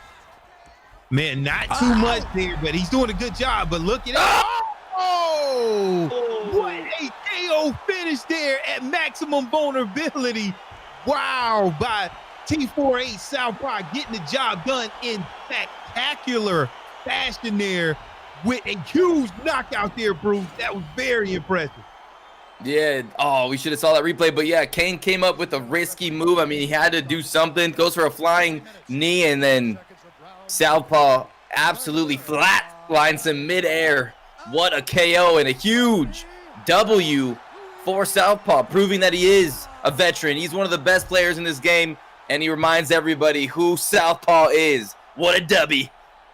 Man, it was a great fight, that. An absolutely fantastic fight. All facets of MMA shown, back and forth, both ways. Great fight, great fight. Kane came out ahead, and then the slack was picked up. It was really good. I think we're going back to fight 6. Payton is stepping in for fight 6. Okay, wow. Payton is fighting. Okay, guys, we have a surprise here tonight, as Mr. God Ate My Pig will now be taking on Vegas MMA's Payton on short notice. I mean, damn. I mean, this is a bit of a surprise. When's the last time we saw Payton fight? Shout out to Payton. He's stepping in. Well, we're going to jump into this fight because these guys have been waiting long enough. We won't keep Payton waiting. Great performances there from Kane and from Southpaw, who picked up another win here tonight. So like you said, Rob, looking very dominant, will surely move on for bigger and better things. But we are now going to move to the bantamweight division, the fight that should have been with God Ate My Pig, but instead of his pre-scheduled opponent, who I can't remember who it was. It doesn't matter now, because it's going to be Vegas MMA's Payton. Let's go. Yeah, and God Ate My Pig is in for a tall task right here. Ranked 28th, 2-2, aggressive boxing, strong top game, comfortable everywhere. But Payton, who knows how long he's been training, but finally a showing from that Vegas MMA camp. They've been so quiet in the competitive scene in this game, and Payton is one of their standout prodigies. A former esports champion, has won multiple tournaments, one of the best players in the world when he's on his game. Yeah. Super pressure, but I don't know, how long has he been training, or has he been training at all? We'll see. We haven't seen right now, boys. It's kind of interesting. Exactly. I like it. Wow, this is what a very treat. Tough matchup here. Anytime you're going against Payton, and then whenever he's picking up this TJ Dillashaw pickup, a very powerful fighter coming in with a 95 punching power, and he has a predator perk here, so he's going to be faster with his advancing movement and moving sideways. And so TJ Dillashaw is a lot to handle on the feet. So let's see some of this elite level striking here coming out against, like you say, the former guys coming out showing respect. Balian, round 1, take it away. I'm excited. I want to see what Payton looks like tonight. God Ate My Pigs. You know, thought he was just going to get a fight on the undercard. Shows up, he's fighting a former champion right here. So let's see. Payton with the TJ Pig. Oh, nice switch stance. Hook off that far left hand right there as well. Nice work. Oh, the Otsugari trip. God switch to max it. Didn't like that. And then went straight for that takedown. Nice trip. Payton on his back right now. Hits the sprawl fake, although that might have been a deny there, the way he lost that much stamina. I'm not entirely sure. 3 elbows into the crucifix, denied though by Payton. He's going to return, build some GA, pommel under for half guard. Let's see if God can maintain the top position. The full mount, he's not going to get that. That's a deny, and this is pretty bad, Boxer. Yeah, anytime you can get that deny and you're in the top out, you're landing down some huge ground and pound strikes here early. This is really good here, but God ain't my pick. And look at there, Bruce. Another transition denial, and this is spelled bad here, but being able to get the slip that he needs to get the room to get out of that dangerous position. But God ate my pick, is still putting on that pressure, doing what he needs to do to land a lot of damage here in the ground game, Bruce. Yes, sir. And whenever I take a break from the game and I come back, grappling is always the discipline that takes me the longest to get my flow back. So we'll see if Payton can get through this first round, because right now, God Ate My Pig is definitely taking advantage of, I believe, to be a rusty Payton. I mean, he's really getting controlled right here. Some of you don't really see, but as the fight progresses, we should see Payton warming up. Yeah, definitely. Here's another reposture from God Ate My Pig. Doing a good job. What a strange name to say over and over again, by the way. Listening on this conversation. Nice recovery full guard, though. Payton's got it. He's with those Vegas MMA boys. You know he's got a good way out. Foot on the hip fake, triple up there. On the great job. Great job. Nice methodical work. Foot on the hip fake, 1-2 shots, and then just a standard get up. So no fancy stuff, no sweeps, no side work. And he's back on the pressure, but he's eating those rear uppercuts from God Ate My Pig, who's quite content to slide backwards right now. Fires the left hook, straight left, lead hook, straight left. And Payton being nice and calm right now, not really unloading that much. Either having trouble with the range or being patient as God's just firing every time Payton comes close. Payton definitely going second here in all these exchanges. Nice shot to the body, goes down low. Nice shot to the body one more time right there. Jab lead hook, slip straight. Oh man, if he landed that roundhouse, that would have been a nice combo. Yeah, so from far as what I can see right now, Payton has the advantage on the feet there. Nice slip straight there by Payton, followed up by some knees. God Ate My Pig, I would think that he would want to try to find another way to get this fight to the ground. Maybe want to do that in the second round, because this first round is pretty much in the books. But wow, man, great job from Payton coming in on short notice, able to face some adversity initially on the ground, getting back to the feet where he's looking strong, Rob. Yeah, looking real strong, and that was a pretty dominant beginning of the round from God Ate My Piglet. But, you know, Payton was able to survive the early dominance, and then it looked like he was starting to get real comfortable on the feet, and you do not want Payton to get too comfortable on the feet, because we all know what he's capable of. Here we go, round number 2, Balian. Yeah, flowing really well in moments there, and has an entire bar of stamina right now as well. So literally took no stamina loss during that first round. Somehow, I'm not sure. That's TJ for you. EPO, baby. But God Ate My Pig still retreating here. Oh, straight right. Caught him nicely there as well. Payton tries to roll underneath. Switch stance here. Now, wherever they're opposite stance like that, you got to imagine that God's going to look for that Otsugari trip. I would be wary of that if I was Payton. But now just trying to pitch the big left hand off the back foot. There it is. There we go. You got to be careful. It's very hard to stop that. Yeah, it's a very tough animation to see, because it looks like it's going to be a clinch, but it's actually a takedown. That's what you have to deny that with. Now, when God Ate My Pig gets in this position, he needs to take advantage here. Yeah, that's a good job by keeping it in this position. Right now he's in half guard. And let's see if he's able to posture up. This is one of the easy transitions to deny, which he was able to get. Now he's in one of the more dominant positions with the side control all the way up the crucifix. Now he wants to be careful. Uses strikes in this next transition. If it gets blocked or if it's successful, could be a huge turn of events. Now what Payton is trying to do, he is trying to look for the counter here. He's able to get out of that position, but here in the side saddle, still a dangerous position, not out of the woods yet, Bruce. Not at all. And you can tell this is where God Ate My Pig has the advantage. This is where he feels real comfortable. Goes for the full mount, unable to, but still maintaining side control. There's Payton getting that up transition back into half guard. And so far, so good. The control time adding up for God. And Payton trying to escape. But these denies by God are very good. Yeah, God's showing a very, very high level ground game right now, especially because of the caliber of jiu-jitsu training partners that Payton has. Here comes the big shots as well. 3 big hooks on the block right there for God. So Payton is going to have to try some tricks. Nice job blocking that full mount posture up, but look at the stamina already really recovered by Pig by the time he hits half guard. But there you go, Payton's back to full guard, managed to get up from here last time, but the stamina difference there, rush yourself back to full guard, and that's what can happen. Your opponent can posture up, get the immediate transition, so you have to return to full guard with some stamina, otherwise they will posture up, get that free transition. Nice deny though, half guard, 2 shots from Payton, left sweep, beautiful roll there, nice work. Yeah, nice sweep there. And what you're looking at, both of these fighters are pretty evenly matched on the ground, coming in at 90, 91. So that's why you see all of these another sweeps here. You got to be careful when you rain down these strikes when you're postured up, because you can get swept from just one transition slip or post. So right now, only 17, 16 seconds left coming into the second round, and you're going to probably see him take a little bit more, strikes. But look, back to the feet, and yeah, that's all she wrote there. I'm not sure who took that second round, Bruce, but man, this is a fight that's going back and forth.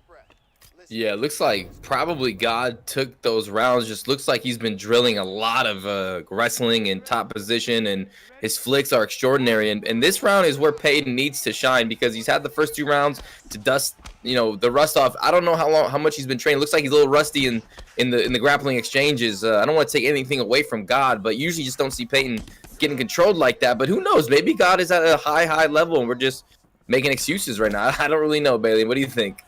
Well, Payton's done a good job getting full guard, and he has gotten up every single time he's been taken down. It's just taken him a while to get there, but God is now just hammering this block, which is a result of that ground and pound, especially from that crucifix position. It will really tank that block if you don't do the head health. So Payton's trying to get on the inside now, straight lead hooks. Good work from him, but that's not going to be enough here to crack God and try and steal this final round. He could be down 2, like you said, and he's sitting on the outside getting pieced up by these straight punches. They're just wearing that block. It's not going to take much soon enough to break through a 1-2. He's got no block. Nice lead body kick. Yeah. Oh, nice full counter there. But Payton, he's putting on pressure, doing what he has to do. But God Ate My Pig is able to just these trips and these takedowns round after round.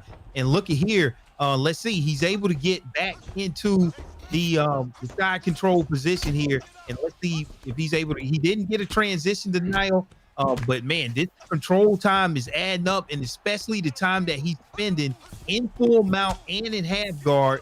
Now he's in the guard of Payton. Let's see if Payton's able to get back up with a nice transition denial there. The up transition is successful by Payton, able to take the back. Will Payton get back to his feet or stay here on the ground, Rob? Don't know, but man, Payton doing a good job of getting out from up under Piotr Jan right there. Yeah, definitely. Now he's got him in the back sitting position, but he's careful. Yeah, you got to be careful, but I don't think he is going to lock it in. I think he's going to try to go for the top mount, most likely. Right, Balian? Yeah, I mean, I believe that choke is banned right now anyway in the ESFL. So right. No one can hit that choke at the moment. Although Payton might not know that, because, I don't know, he's feeling good on short notice. So we'll have to see. Short shots to the back. Let's see. Nice deny there, though, and it's going to roll him to backside. Might get the posture up in here. The roll to full guard by Pig. He's only got 50 seconds here, so this is slightly problematic for Payton. I don't know if he's going to win the round like this or even the fight. Yeah. So now with that back sitting position in the ESFL, when that strike is banned, you don't have that option to sink in that rear naked choke. You only can go to top mount or back to top backside. So yeah, it's not what it used to be at this point. All right, the last 5 seconds left in the third and final round here. It will go to the judges' scorecard. Nice kick there to end it off there by Payton. You never know what the judges were looking at. I'm not sure. I'm glad I'm not a judge here. Let's see what they say. Ladies and gentlemen, all right. Rounds, we go to the judges' scorecards for a decision. The judges scored the contest 29-28, 30-27, and 30-27. Declaring the winner by unanimous decision, There we go. Hey! Well, you got to shout out Payton for filling in on short notice. Like you said, who knows how much time he's been putting on the sticks ahead of that fight. But add that to God Ate My Pig's resume, because he did just pick up a win over a former ESFL champion. Yeah, that's huge. I don't care. Anytime you step in the ESFL, you know it's not going to be an easy out for no one that is participating. And all of a sudden, you preparing for one person for the whole week, and then it's like, oh, you're fighting one of the ESFL legends, one of the ESFL greats, in Payton, and then you're still able to keep your head and get your job done, deploying the game plan that you wanted to deploy and coming out with your A game. Yeah, great performance there from God Ate My Pig. Definitely a unique name, and I think that one's going to stick in our head. Let's see how far he takes it. Indeed. And I just want to say, wow, his ability to get the fight to the ground and, you know, put Payton in those dominant positions like the crucifix and the full mount. This guy has an elite top game. And yeah, I'm excited to see how he progresses through the ESFL. God is a beast. Yeah, he is indeed. He is indeed. Right, we're going to move on to the next fight. Obviously, we've had fight 7 already, so this is the second fight on the main card this evening. 4 fights left, I believe, including this one and our main event. But it's time for Fadinator to take on Pablo Grips, a.k.a. Pablo G. Good fight at lightweight. They are ready to go. Here we go. We got Fadinator, ranked 5 in the world, 5th in the world, 3-1. Fighting out of the TD camp. I don't know what the TD stands for, boys. Do you guys know? Is that Team Dark? The Dons. Or is that just That's Dark? Team Dark? I don't know. I thought the Dons. Just team. Oh, the Dons. The There we go. Dons. My bad. The Dons. All right, this guy's got strong boxing, sneaky bottom game, good fight IQ, but he's facing against Pablo Grips, who is interestingly not rated. I don't know if that's a mistake, but 2-1, pressure fighter, great defensive grappling, devastating combos. Pablo Grips is a killer on the feet. I've seen this guy compete multiple times. This guy is extraordinary out there. But Fadinator 3-1. We're gonna see what this guy brings to the table. Boxer, how about them picks? Yeah, this is a very strong matchup, because if you want to talk about meta pickup in the lightweight division, is going to be definitely the Max Holloway with that 99 stamina, and then you got to watch out for that 96 power coming off with this with Dustin Poirier. You're going to see a striking matchup. However, you got to watch out. It's tricky because Dustin is good in his guard. He has a rubber guard, so you don't want to go to the ground and mess around with Dustin. This fight can end early just because of the power and how strong both of these fighters are on the stand-up. So I expect to see fireworks early and often here, babe. This is going to be exciting. Yeah, I hope for some fireworks too before the 4th of July. Let's go Fadinator with the DP pick. Dustin Poirier against Pablo. Should be a good matchup, like you said. Boxing on the feet, right in sight on the range there. Nicely up the middle from Fadinator to the body there. Pablo going to have to watch out for that. Both circling now to the outside. I think we have an orthodox Poirier here as well, which is a little different, but okay, no worries. Gets a good job defending that takedown. Pablo pushing forward with low stamina here, but he often does not care about that at all. Nice check hook, catches him straight right. Look at that, Pablo just unloading already. Knows he's got the cardio to go, and of course he does have to throw a lot more because he doesn't have the same power. But that Poirier pick catches, there we go. Beautiful job with the slip straight right. Came back with the lead hook, and look at the head health right there. Halfway down already. Not good. Yeah, and like you said, Balin, you can't trade with this Max Holloway, even though Fadinator is taking just that small bump decrease because of the switch stance 90 of Dustin. You don't want to trade with Dustin. As we can see, Dustin is winning at the head health department there, but nice front kick there by Pablo. But yeah, with that 84 power of Mac, you got to be careful trading, Bruce. You definitely do. And Pablo, lands a nice head kick. And here he comes. Pablo letting it fly, letting all the stamina out the gas tank. But Fadinator able to survive, but definitely backing up. Oh, beautiful Nice straight. job, beautiful. Right down the pipe. Oh my God. Let's go. Nice slip. That slip kept him in that fight 100%. Pablo G stinging him with the straight right and then just chasing him down. Caught him with a left hook on the way down as well. Surprised that Fadinator was able to survive, but Pablo lets him straight back up. Misses on the switch kick though. And Fadinator is going to try and recover here. Actually hasn't lost that much head health, but there's a beautiful wheel roundhouse. I remember what it's called. Cartwheel kick over the top of the straight right. He's down again. Bring him down. The ground and pound. This could be it. No slips this time for Fadinator. He's trying to frame. Wow. Oh, I can't believe he survived that. You gotta. Oh my God, he's on it. He's He deep. must survive. Yeah, it looks like he's going to get out, but you have to be careful with Dustin Poirier because he's sneaky on the ground. He has rubber guard. He can get out. But let's talk about what a good job here by Pablo Grips just to be in the situation that he's in right now with that wheel kick and that huge slip there. But look, I would expect that Pablo Grips gets back up. You don't want to mess around with Dustin on the ground, but he has to watch his stamina here. He's not out of the wood yet, but man, that head health there by Poirier's looking pretty low, Rob. It definitely is, and Pablo is, oh, what a takedown. But Pablo is the type of fighter that's gonna unload all his gas tank and then some. I mean, he's in most of his fights against Dino. I remember his volume is so high and he does so much damage. If you get through those first couple of rounds, especially with Max Holloway, I mean, he's just so deadly out there. He does the opposite of what we've seen in the past by Wavy, where he just waits. He comes after his opponents, and that's why he's doing so well right now. He's running out. Oh, man. Oh! Beautiful slip straight. There's a nice lead hook, and then a nice one to the body as well. And then one more straight. Dropping Pablo there. Wow, Fadinator not playing around. I mean, I'm surprised he hasn't actually taken that much head health as Fadinator, so he's definitely still in this fight with Dustin as well. Will recover well. Pablo, nice job defending the takedown. Power at the cage, double shots up top. He's going to circle out instead of go block those knees.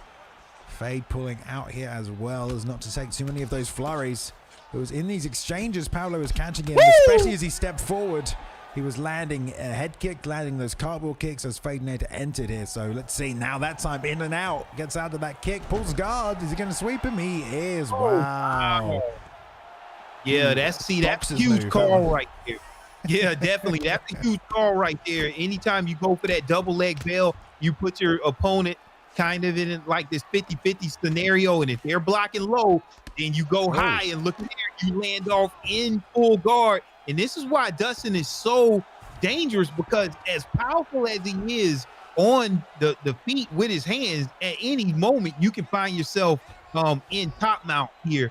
And Fadinator here just can turn the tides of the fight, which he's doing here in the second round. Pablo has to be careful. He needs to seem like he needs another big moment in this fight to really get it done. But man, good job here by Fadinator surviving, and not only surviving, he's thriving here in the second round, bro. Most definitely. That was such a beautiful takedown to stall the fight a little bit, slowed down. Oh, he tries to jump on the backpack. Good R2 hold by Pablo Grips. Hey, does Boxer, do you know if Dustin Poirier has a recharger perk? Oh, beautiful lead hook straight. What a shot. Big right hand. Now Pablo in a world of hurt. This could be the end of the fight. It is. Wow. What a turnaround. What a comeback there from Fadinator, just coming back out of nowhere. And we said it was going to be fireworks, and that's what got delivered here for 2 straight rounds here. Pablo Grips giving everything that Max had to throw at him and the kitchen sink, but was not able to get the job done against a very strong Dustin Poirier pickup and Fadinator. And yes, Bruce, Dustin has the recharger perk. There, so he was in. See, Dustin's such a good pick because you could take a lot of damage in that first round. You're gonna recharge some of that in between rounds. So Dustin's a scary pick. And wow, what a win coming back in that second round after getting slaughtered in the first round. What a beast! Fadinator now moves to 4-1, heading towards contendership. Yeah, for sure. 4-1 is a very impressive record at this level, let me tell you. Picking up a win over Pablo. Pablo only lost once so far this entire season as well, and has looked very good doing so. So, man, I mean, what do you say about Fadinator? Was ranked number 5 going into that fight. So you're right, Rob. I mean, I don't know who's left on the board to contend, but we'll see. He's the highest rated fighter on this card, not in the main event tonight. So we'll see what happens. If no one else is competing this week, you might have to give that shot to Fadinator. Next one, 4-1, like you said. But who will it be? We will find out tonight in the main event. BlakeTylerr will be taking on Rayhan, defending his belt. But before that, now I can't wait for that. We have a great matchup in a newcomer to the ESFL scene, really, both competitively and here working in the booth, Mr. Jiri Thunder Dome, and he will be taking on Papa Lima, one of the veterans of this fight game. So I believe they are ready to go. I have just found it myself, and it looks like they're going to be at featherweight, of course, so we can see some Papa Lima leg kicks, most likely, as the Aldo pick is probably coming. But here we go. Coco, main event of the evening. Here we go, guys. This is going to be very exciting. You got Papa Lima, like Balian said. This guy throws brutal leg kicks. Very exciting. There's not a fight he is in that is boring. He's the opposite of a snooze fest. He is the crafty former champion. This guy is amazing to watch. But Jiri, a hungry up-and-comer, had a tough loss in his last outing. But he's here to get redemption, and he believes he's one of the best in the world. Good head movement, pressure fighting, high-paced fighter. Very good commentator. This man is the real deal. These two are about to clash and collide here in the Coco main event. Yeah, now in this featherweight division, we talking about the 5-star Max Holloway. And just like the previous fight, you got to be careful. Even though Max has this very amazing punching speed, you have to watch out for Jose Aldo and his power of 95, because he matches the speed of Max Holloway with a 96. Both fighters coming in at the 96. So you don't want to trade. You're going to have to pick your shots here. I know Jiri is a very good fighter here. Let's see if he can do it. Balian, take it away. Yeah, I expect Jiri to maybe mix some takedowns in, but one thing he doesn't want to do is get into a slugfest with Papa Lima. Oh, there's a beautiful front kick and the right hand right there as well. Yeah, beautiful job by Lemus. And pushing him against the cage rear uppercut as well, landing. Just really coming out of the gates on fire as Lemus can't expect them leg chops, but those right hands as well. He fakes in, he fakes takedowns, he mixes everything in nicely as Lemus can't. So Jiri has to stay composed, stay in the fight. It's just a little rock. He's got plenty of head health left. Yeah, and like you said, out of the gates perk there with Jose Aldo, he has a stamina advantage in round 2, 1 and 2. But in round 3, Max will gain the stamina advantage with that higher altitude perk. But that's very interesting. You usually don't see those flashes happen that often. And he scored a takedown there. That's huge there. But Jiri, that 99 cardio from Max Holloway, he has the advantage. And it's early. He still can recover and come back off of this. But that's a great start there by Lemus Khan, already getting a knockdown, Bruce. Certainly, and you know that he's got his scope right on those legs. He's targeting those legs. Lemus Khan and Jiri's Max Holloway, that's probably the only weakness. One of the weaknesses he has is the leg health, so he's got to be very, very careful here. Yeah, Jiri's being really patient here, though, and Lemus is punching himself out. He throws good combination, Lemus, but he throws a little too much when he has low stamina. He'll throw a good combo, and then he'll rethrow, and he'll go down to about half stamina, and that's why he'll just drain himself out in some of his fights, and that's kind of what's happening now. You know, some combinations he's been throwing, and then he comes back with a second combo, and Jiri's just kind of letting him do it at the moment. Obviously taking some damage and getting tagged, but at this rate, by the third round, Jiri will probably be able to take over the fight if it gets there. But of course, Papa might land something more significant by then. Nice body kick, though, by Lemus. He seems to have slowed down a lot now and settling in a little bit to the fight and starts to pick him out a little bit. Nice lead inside the leg kick, but Jiri's been there with that knee all night. Nice job. He does that fake takedown fake so much, does Papa Lima. Takedown fake into the rear elbow and then immediately reshot the takedown, gets the top position. Let's see if Jiri can get up from here. Yeah, right now, that was a good strategy here to get this fight to the ground and then attack the legs, because like you said, Bruce, that is one of the weaknesses with only an 88 leg health there. And look at there, he's just comfortable being here in this position, because if he gets out of round 1, he'll probably win this round. But coming up in round 2, you're going to have to find something else to do, and you're going to be at a stamina disadvantage. So it's going to be interesting to see if Jiri is able to come back here in round 2. But I have to give that first round to Lemus, just because he was able to get that knockdown. But right now, you gotta shape up. Let's see if you're able to survive round 2. Yeah, great points, Boxer. You know, Jiri was very economical with his striking. He did get dropped right there with that right hand early in the fight. So yeah, round 1 definitely going in the favor of Pablo, and he's still gonna have that out of the gates perk in round number 2. So his strikes are gonna cost less stamina. So he's gonna have a big round 2, and I think the third round is gonna be where Jiri's gonna have to get a finish, because unless he somehow squeaks in round number 2, Bailey, and if he needs to score here or get a knockout in the third. Yeah. I mean, we've seen Lemus come back from greater odds, and the leg kick game is working for him. It will let him set up some of his other hand techniques if he can keep landing there. Lots of good fakes from Lemus, but there's a nice dip there, and he gets hit with that front kick from Jiri. Jump spinning back kick as well. So Jiri looking good right now, patient, calm, knows where his advantages are in this fight. Just has to keep it there. There's a nice straight down the middle as Lemus goes for another outside leg kick. Knee to the body here. Another outside leg kick, and ultimately, as much leg kick damage as you can do, it is really good. And we do see leg kicks changing fights in the ESFL, but when have we ever seen a leg kick TKO in the ESFL? So if you invest all your damage into that, that's great, but you have to then use it to set up your head strikes. Yeah, I definitely agree. If anything, and if you get Max to switch stance, it's a 95, so it's not paying you a lot of dividends there.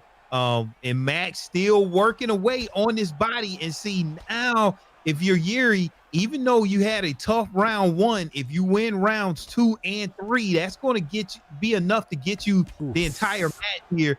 And I like the strategy here by Jiri, just really wearing on his opponent's stamina. And it's going to be tough here for Lemus Khan, Pablo to do anything, with this type of stamina. As soon as I said that, he gets nowhere. Bruce, wow, that's so tough to do, to get that type of rock when you have that low of stamina. And Lemus Khan now has a rock, but that was huge. Here comes Jiri, gets that spinning heel kick. Now Lemus Khan dwindling on stamina, nice lean out of the way, but he's eating those vicious knees, bailing right to the body, and that's adding up. Yeah, it really, really is. But look at the head health of Jiri, the legs health, excuse me. Both of them are down. They're about just over the halfway mark through this fight, and they are halfway down or more in the left leg case. So we'll see if Lemus can keep landing. The left leg is damaged. Yeah, obviously Lemus is going to have a bit more of a problem landing. Now he's going to have less stamina. He's going to have to throw less, but strategy's working, and it is slowing Jiri down as well. So they're still in his favor. The knee to the body from Jiri though has just been a weapon of choice tonight. He's landed it so many times. It's kind of ridiculous. Yeah, and see with the higher altitude perk kicking in for Max Holloway and Jiri in the third round, this is the turning point. Like, if you're able to get a rock here in this last minute and stay safe and don't take a lot of damage, then you're looking at a good situation. But Lemus seems like he's able to withstand and weather this storm here and land a lot of damage here. And he already has Jiri switching stances here. And look at there, a rock here. And this could be it. Oh, here it comes. Wow, man. Self is that low. Look what happens here. Jiri pulling out a huge knockout there, staying patient, and shows that he was able to implement his game plan and stick with it, even though he went through adversity, and was able to dwindle that health of his opponent, and then ultimately getting a huge knockdown. First time that he gets on top of him, able to end the fight, Bruce. What a dominant performance there by Jiri. Patient. Yeah, so patient, and he weathered the early storms. Whenever you face Pablo, your legs are gonna get tested. Your mental fortitude is gonna get tested. He's gonna come after you with some aggressive techniques. But like Bailey said earlier, he unloads so much gas trying to damage opponent. He really doesn't leave any for the end. So it's either he gets the early KO or he loses the fight. And right there you saw he just gets smashed by Jiri. Beautiful performance. It was a great fight, a good performance there. Jiri showing up yet again. How many wins is that? 3-1 he is this season as well. And it was just a good game plan from Jiri, really. Knew where he could win the fight, knew that he didn't have to trade 1-for-1 to try and stay on top of the damage that was being outputted. Kept the legs relatively safe, although Papa did do a great job landing those leg kicks, as he always does. But it was that front leg push kick whiff that obviously spelled the end for Papa there. I think he was a little bit fatigued, so it came out a lot slower, left a big distance in between them when he missed it, and then yeah, Jiri just filled that space with pain and found the finish. So good job right there. All right, we're going to move on. It is time, ladies and gentlemen, for the co-main event of the evening. Two of the EK camp matched up against each other tonight. Dino MMA, a long-time veteran of the ESFL, going back as far as UFC 3, someone who has competed in a lot of tournaments, done very well, had ups, had downs, had wins, had losses, and has really taken some time, I feel, to learn UFC 4. I don't think UFC 4 necessarily complements his style as much as UFC 3 did, but definitely been coming into his own in recent fights, finding out how to play this game to his benefit and advantage, and been looking great doing so. But he is fighting EK's Dirty Dave, a teammate, yes, but also a man who has been in just about every single tournament I can think of in recent memory, and doing very well against the highest level competition. So of course very used to high level fighters, high level pressure situations, and just had a ton of time to practice these fights. So it should be a good fight. Co-main event winner might get a title shot. I'm not entirely sure. I'll have to double check what the guys in the back say, but they are ready to go. It's going to be at welterweight. And look at this, boys. I'm not entirely sure why, but it seems like Mr. EK Dirty is not repping his EK badge like the rest of the team. What's going on here? Does he not have one? I don't know. Got left out. He did. Did He's they not always make had that little. Oh, okay. Maybe I don't know. Maybe he's too cool. Maybe he's not in the camp anymore. No, I'm just kidding. But yeah, top 10. Both these guys are in the top 10. EK Dino, EK Dave, 4-2. They're both in the same camp. They're literally identical right now. Whoever's gonna come out on top could get the title shot. Like Bailey said, Dino, one of the most vicious, creative, nasty strikers in the game. Also destroys on the ground. This guy's been in a couple Martial Mind videos. This guy's very famous. EK Dave Dirty, savage. Yeah. It's savage. I like it. Yeah. So, man, if we see this pickup here, classic striker versus grappler matchup. Now, when you talk about Dino, we saw Stephen Wonderboy Thompson a little bit earlier in the card, but when it's controlled by Dino, you're probably going to see an accurate representation of how you should use this striker and this fighter. I'm sure he's going to stay on the outside, use a lot of those kicks. But EK Dirty, these guys are specialists and elite camp members, and they train on the ground. So it's definitely the tide is going to turn if Dirty can get this fight to the ground, where Stephen Wonderboy Thompson only has a bottom control of 87. And you're talking about a 98 top control of GSP. So if you're Dirty, you want to get this fight to the ground. I wouldn't even mess with Dino on the feet, and he's one of the most elite strikers in the game. Round one, Bailey will take it away. Yeah, we're going to see if he can get that stand-up off tonight. Like you said, Dino, very high level. Jumper switch kick with the rock at the first strike. He throws. Oh, he ducks into the head kick. Oh, my God. What a start to this fight. Dirty counters perfectly right there. Now the knee on belly, trying to bust his head open with some extra damage. Why not unload? Rocks him again there, though. And Dirty in prime position to secure a win with a ground and pound like that. He's got, 4 minutes to work basically from this position. Great start to the fight from both men, really, but now it is Dirty in the dominant position in this sprawl spot for Dino, who cannot hang out there. Side control takes it. Nice job, returns him to this spot. So let's see if Dino can find a way back to full guard. Denies there. Oh, beats the crucifix transition, and here comes the posture up from Dirty Dave. Retakes side control here, so Dino's definitely burning some stamina by getting to that spot. Wow. Now, did I see a contextual transition on a transition denial from that DSP? You got enough time to do that? That was very impressive right there.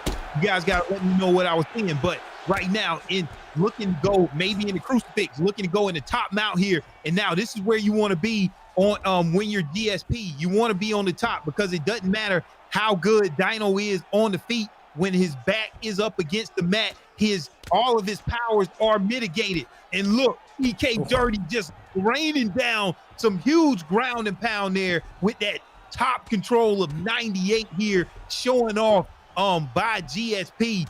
And he also has that workhorse work from the top here. This is where you want to be if you're Dirty, but you got to do enough damage because you've already suffered a rock here. You never know how the judge is going to look at it, Bruce. No, you're not. And that was a great get up by Dino MMA with a good amount of time on the clock. Oh, he slips that one, lands a nice sharp elbow. Nice job there. Yep. Ooh. Ooh, doesn't get that side kick though. Switch starts to throw into it. There's a nice stiff 1-2. Dirty coming in with the leg kicks right now, but Dino constantly starts switching right here as well. Seems like every combination he starts switching. There's a lead hook though. Switch kick to the body. Dirty Dave keeping it simple and keeping on the pressure. We've seen other Stephen Thompson players tonight struggle when the pressure is put on them because you need that perfect range to land these strikes. And if your opponent's a little too close, it can get quite difficult. Looks like he's gonna run him round, breaks with the lead hook and the body kick. I was getting dizzy. Like it. Yeah, that's nice. Yeah, and so like you said, Dino, you see he's mixing it up. He's switching his stances, and he's free to do that with that 99 switch stance of Stephen Wonderboy Thompson. And this is all of this stuff is doing is confusing your opponent, giving your opponent different look. You might want different strikes coming off of the different stances. Only the elite players know this. You got strikes coming from every angle, and that was as exciting as it gets. Both players had their moments in that first round. I'm not sure who took the first one, but Bruce, let's get ready for round number 2. Yeah, round number 2. I thought Dirty Dave did a phenomenal job. Didn't really take too much damage. Looks really good. Oh, he ducks that one again and lands a lead hook and then gets the takedown. EK Dirty Dave in control. Yeah, good job by Dirty Dave. Almost a repeat of the first round right there. You know, it's exactly the same thing. On top, here comes the sweep, though. Pummels and digs. Nice work by Dino. Let's see if he tries to hold this top position or tries to get back to the feet. Landing short shots to the body. Wise move from Dino. Now got plenty of time to work. Nice body kick. Switch stances in there as well. And here we go for Dirty. Lands a nice straight right kick of his own there as well. Back to southpaw. Back to orthodox southpaw. Dino throwing everything he can at Dirty looks-wise. Trying to create some nice space so he can land some strikes. Ooh. Nice double up on that. Oh my God, double Superman punch into an axe kick. What is this fight like? Yeah, this is looking like UFC 2 for a second. Just able to throw whatever you want. But, man, Dino, I'm not sure if he's doing enough here to get it done. But, man, he's mitigating a lot of that leg damage there by switching stances here so early and so often. But Dirty is doing a really good job on his feet. And one thing is, whenever you see those side kicks coming out, that's a good job. And whenever you switch those stances, you don't get that. You got to figure out which way you're going to circle to evade those side kicks. But man, this is a very interesting matchup so far, Bruce. It definitely is, and Dirty Dave is just landing so many good shots. I don't know. I feel like he's in control of this fight, but maybe it's because we can't see Dino MMA's stats. But Dirty just looks phenomenal. He does, yeah. But Dino doing a good job, landing a variety of strikes on the feet as well. Nice jab, sticks him, comes back with the lead hook to the body. Good work with that. There's a nice side kick, beautifully timed. Ooh, double knees to the head and the clinch going to break with the uppercut as well. There's the full counter though. Rear uppercut lands beautifully for Dave. He tries to step forward with more pressure as well. So Dino got to be careful. There it is. Shot. Beautiful timing on the level change. Yeah, nice turn and takedown there. And what I was saying with that side kick, you got to figure out which way you're going to circle, as you want to circle to the inside. But look here, already on the ground in that crucifix position. Let's see if Dirty can keep it. He can't keep it. Now in that side saddle position, going right back and doing some transition fakes here. You're not sure where you want to go. Now he wants to go up. That transition has been slowed down to that knee on belly since it's so dominant But nice job to keep this fight in the side control here. Doing a great job here, Bruce. And Crucifix, this is a bad situation here for Dino. Oh, big vicious elbows. And I love the way Dirty kind of fakes his transitions to set up his elbows in that side control position. That's very, very good stuff. And Dirty just landing some nice, sharp bombs right there. And I think EK Dirty's in control of this fight, Balian. Yeah, the takedowns are the only thing that's in the difference right now. I mean, the significant strikes fairly even, but definitely the takedowns and top control will add up, as well as the damage that you're doing on the ground. But if the significant strikes are even, what do the judges value more? Strikes landed on the feet or strikes landed on the mat? It's kind of hard to tell, but Dino's still trying to stay in this fight. We have a whole round left here. Let's see if Dino can pull something off, or if Dave carries on with the game plan. Yeah, good job there to follow up that kick blocked by straight there. There from EK Dino, and he decided to go all in on the body strikes, and EK Dirty didn't recognize that and return an up strike of his own. But man, look at here. Now you're getting ready to see Dino at his best here. He's going to be very creative here to land as much damage as he can, because this match could go either way. Not sure how the judges are going to see it, but Dirty is doing really good here, standing up against a very strong Dino, man. And I'm pretty sure these guys have fought many a times being in the same camp, and it just shows you why the EK camp is so elite. These guys, huge knockdown there by Dirty, knocking down a Dino. Man, Bruce, what did you see there? Wow. I saw the calf or the shin bone land right on a Thompson's face, and now Dirty's on top, gets a nice denial, and now he's put him in side saddle, and this is very bad for Dino MMA. He's got to find a way back up to his feet and get a knockout here, because he is down, and wow, he's slithering around him like an anaconda, Balian. Went to north-south there. I don't know if he meant to do that, but ended up there now in half guard again. Dino gets full guard though. Nice. That was kind of cheeky right there. Backside fake. Foot on the hip fake. Foot on the hip fake. One shot, but a nice posture up just breaks all that GA he just built up there, unfortunately. And Dave probably going to look to transition again. Nice deny this time with a backside fake. Nice slice pass. Straight to half guard once more. There's the bump though, back to full guard. Dino not giving up on himself, still trying to work away back to the feet, gets the momentum sweep, fakes the half guard transition there. That'll break the timing on that. Then there's a reposture. This is good work from Dirty, just countering everything that Dino's trying to set up. Oh, he does get up against the cage here though. Let's see if he can circle off. He's going to look to block the knees. He's on the back. And he drags him down. Wise move by Dirty. Yeah, right there in that scenario, that move has been nerfed, the back drag, but Dirty still able to get it here and going right into a submission here. Yeah, the rear naked choke was banned, but not this armbar. What is armbar not banned here? And look at here, last 24 seconds. Oh, he's gonna get it, and he probably is going to get it or run out of time. Either way, this is a safe and a great way to end the fight if you're Dirty. He's gonna get it. Hey! There we go. I mean, Dino tried to just get out of that position. You know, he was just trying to get up. I think he knew that if he didn't get up, the fight would be over. He just went to that transition twice, got denied twice, and obviously that you're in a dangerous position for the submission there. So, yeah, he gets it in. I'm sure Dino kind of gave it up, just trying to get back to the feet. But regardless, what a performance by Dirty Dave, mixing the striking in with the takedowns as well as his dominant control from side control and crucifix there, just unloading ground and pound as well as everything else. What a weird armbar. Yeah. Is that animation or is he that hooking the? I mean, listen, this is probably beyond me, but I mean, not to. I don't know anyone who can armbar someone with one hand. What? I don't think you can. I don't know. Let's speak to some BJJ. I've never been taught an armbar like that. Let me tell you. Yeah, I didn't know if he was getting more leverage, or is that like just how the animation played out, or what happened? Maybe that gives you more leverage to flex your hips to pin the body down. Maybe, I don't know. I've never been to Is it always that animation? I don't know. All right, there we go. Good win though by Dirty Dave. Great fight. All right, what do we have next? You ready for this main event here of the evening? Yeah. Let's go.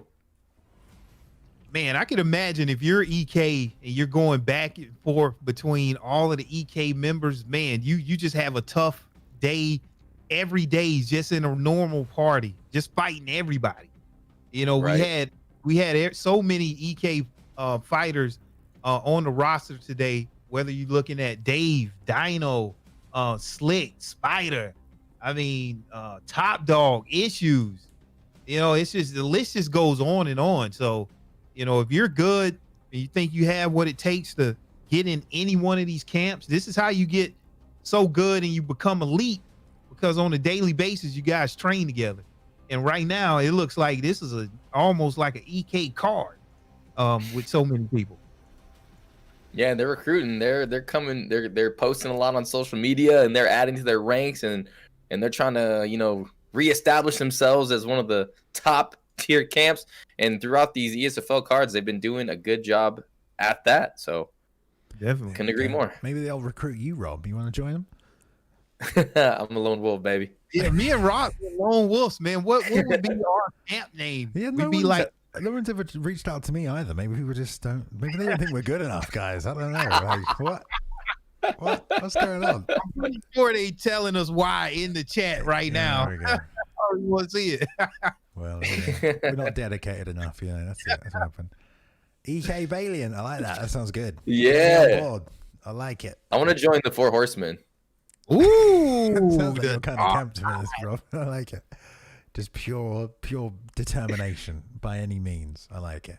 Right, well, speaking of the Four Horsemen, of course, like we said, Rayhan is contending for the belt tonight against BlakeTylerr, our undefeated, undisputed ESFL Xbox champion. So it should be a good matchup. I'm excited. I know you're all excited at home. I just got word from the back that we need to take a quick 60-second intermission just while these two sort ourselves out. But this is usually, probable in most main events anyway. So go grab yourself a drink. We'll be back in about 60 seconds and get on with the main event.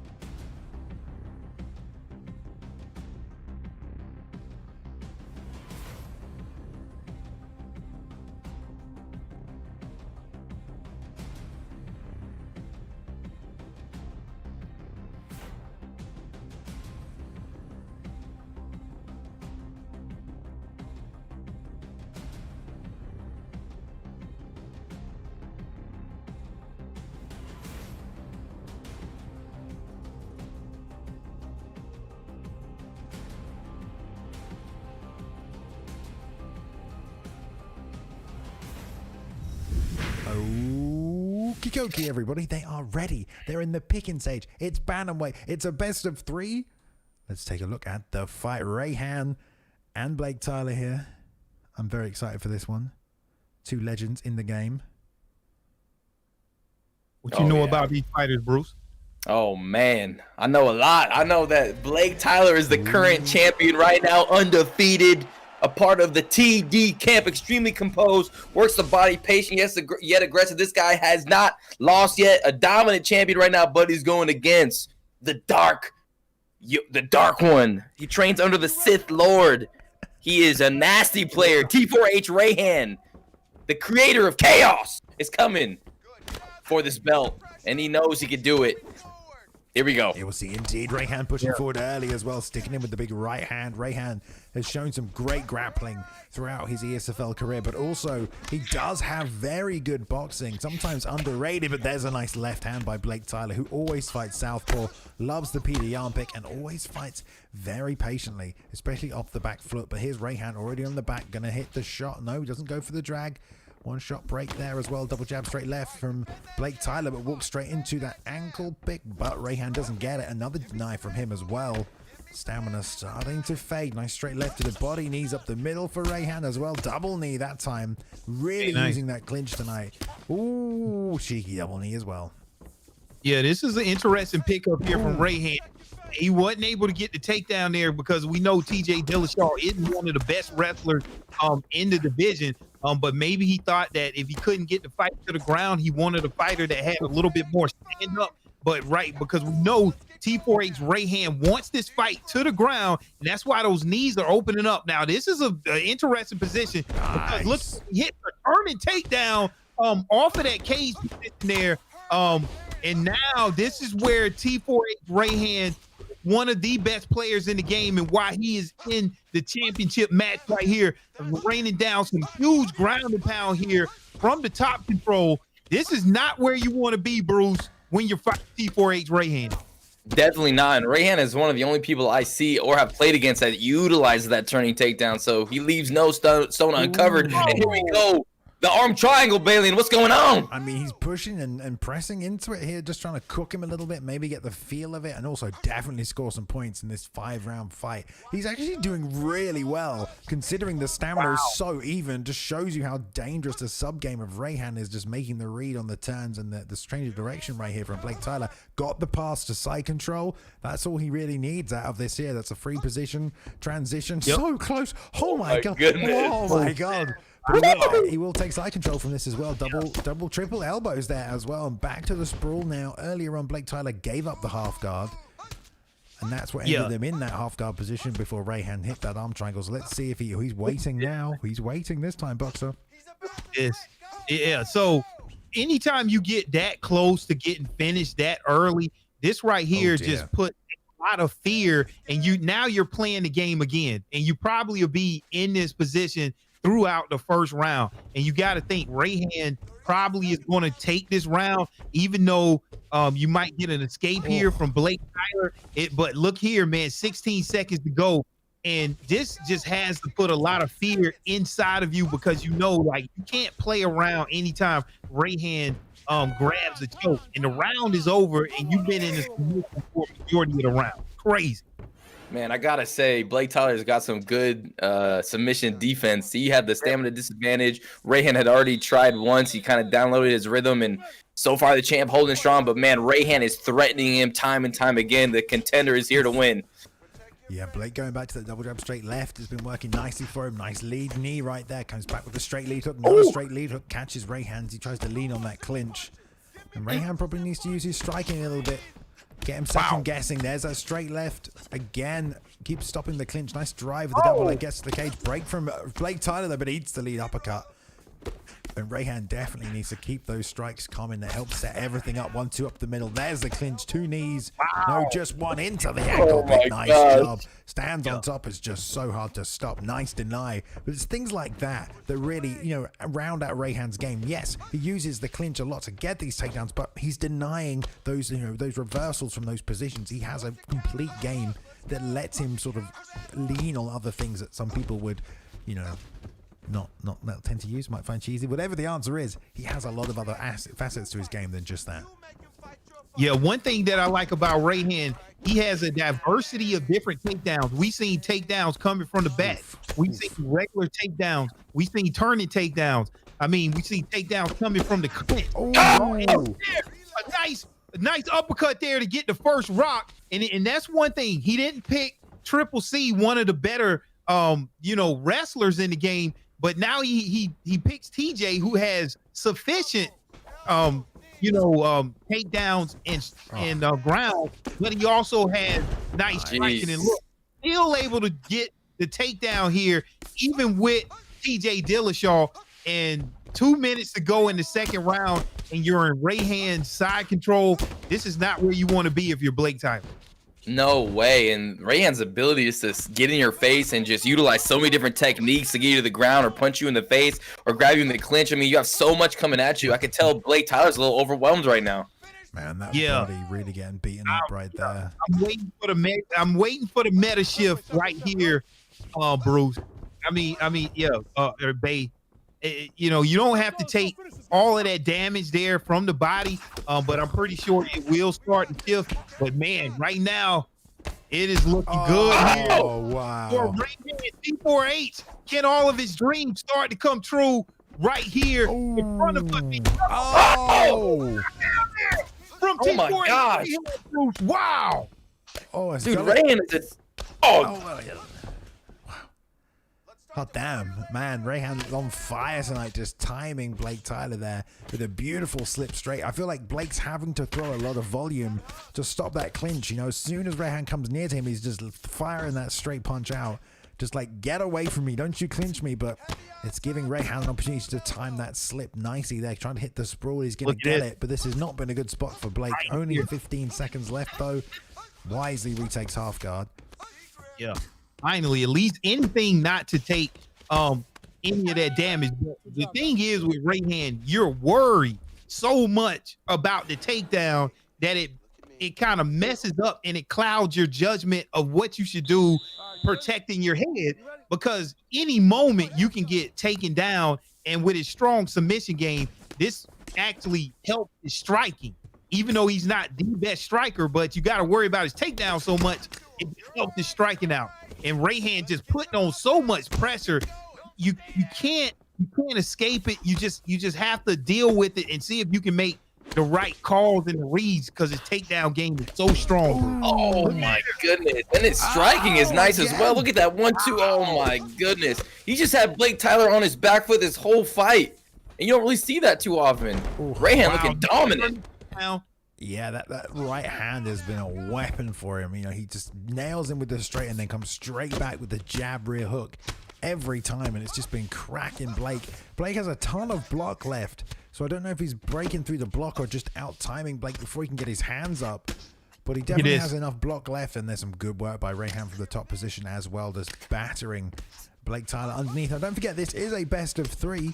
So if Rayhan takes his first one, he will have to take one more to take the title off the champ. So don't get too excited yet. Yeah, this is a best of 3, right? Unless I'm mistaken. I didn't know that. Is that a new rule? I think haven't they always been best of 3? Let me check the so. I'm on my phone to check that today, guys. That's what I've been doing. All right, look at here. Another knee, and got in that 50-50 scenario. It's not. Rayhan able to get a takedown. Yeah, Bay, you find out anything? Yeah, it's not best of 3. Also, Z Hunter gave us a little breakdown. If you hold the leg on the armbar, it prevents him from sitting up. But never mind, because there's another lead knee. So this means Rayhan is in set to go. Just triple deny on the clinch attempt there, over and over again. Blake doing whatever he can, but this is it. There's no best of 3. Rayhan now deep in the 3rd round has Blake really hurt and is looking to take that title. Oh, there's a knee to the body. Drain the stamina by getting him to move the head to avoid the clinch. And Rayhan just walking him down now. This is not good for the champion. Yeah, anytime I see those long, slow strikes coming out from a fighter, and see, whenever he clinches you have to defend low, just because you don't want to go in for that takedown, and that leaves that knee wide open. And now Rayhan is essentially able to do whatever he wants to. You have to defend low, and look at there. I want to see some fuzzy logic there coming out from BlakeTylerr. And look, already in the submission game here, you know how strong it is for Rayhan. He decides to let it go. Didn't like what he seen, but he is in top control, and he's in control of this match. Postured up here, and look at the fight, the punch sequence that he chooses to throw. That's one thing with one of the guys from the top. Look at the strikes he throws, not to get reversed, Bruce. But yeah, look, Rayhan just over and over, just landed so much damage. Yeah, and you can see BlakeTylerr trying to do it with like the constant grabbing of the clinch. He keeps slipping. He just can't figure out a way to stop the clinch onslaught in that round right there. And Rayhan is just, man, he's just bulldozing Blake right now. Yeah, he was doing a good job earlier on with the straight left lead hook. The problem with moving your head is that it drains your stamina, but it just goes to show, like, if someone's trying to get that clinch, it's very hard to stop. There's another right hand by Rayhan against the cage. Breaks, reclinches, hip toss. Man, just get this. He landed so many knees to the head in that last round. You know, you got to think Blake's trying to defend that. So Rayhan just gets the takedown nice and easy. Yeah, Rayhan is just looking so dominant here, because you got to realize he's doing this against the elite of the elites in BlakeTylerr. We've seen BlakeTylerr just take out so many people. And look at that body health. Rayhan is just digging that left hand into the rib of BlakeTylerr, and that body health is low. And this is why he's able to trade shots when he gets on the feet because he's done so much damage on the ground.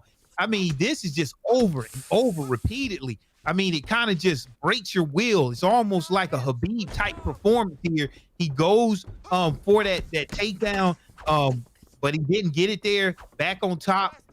I'm not sure what BlakeTylerr can do, Bruce, from this point. Yeah, just survive and hope for a nice slip shot or something. But there's the clinch again. And Rayhan just going to the knees, to the body, and just putting on the pain right now. Ooh, misses there. Blake's trying to stay in this fight, just trying to cover up, keep himself safe, but Rayhan's just been marching through him. Double jab straight. You know, that's been a big weapon. Oh, it's like, do you take the clinch or do you eat the knee? There's a 1-2 right down the middle. That's probably going to be it. And Rayhan is your new Xbox champion. Wow, look at that. I mean, non-stop attack right there, you know, with the punches. Did great work on the feet.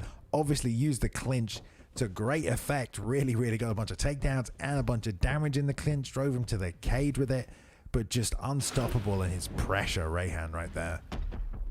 Wow, man, this is a great story, Bruce, and I'm pretty sure you can agree. We seen Rayhan come all the way up from a normal replacement fighter in UFC 3 ESFL, but he stuck with his game. He always improved, and then he took those skills over to UFC 4 and then was able to rise to the cream of the crop.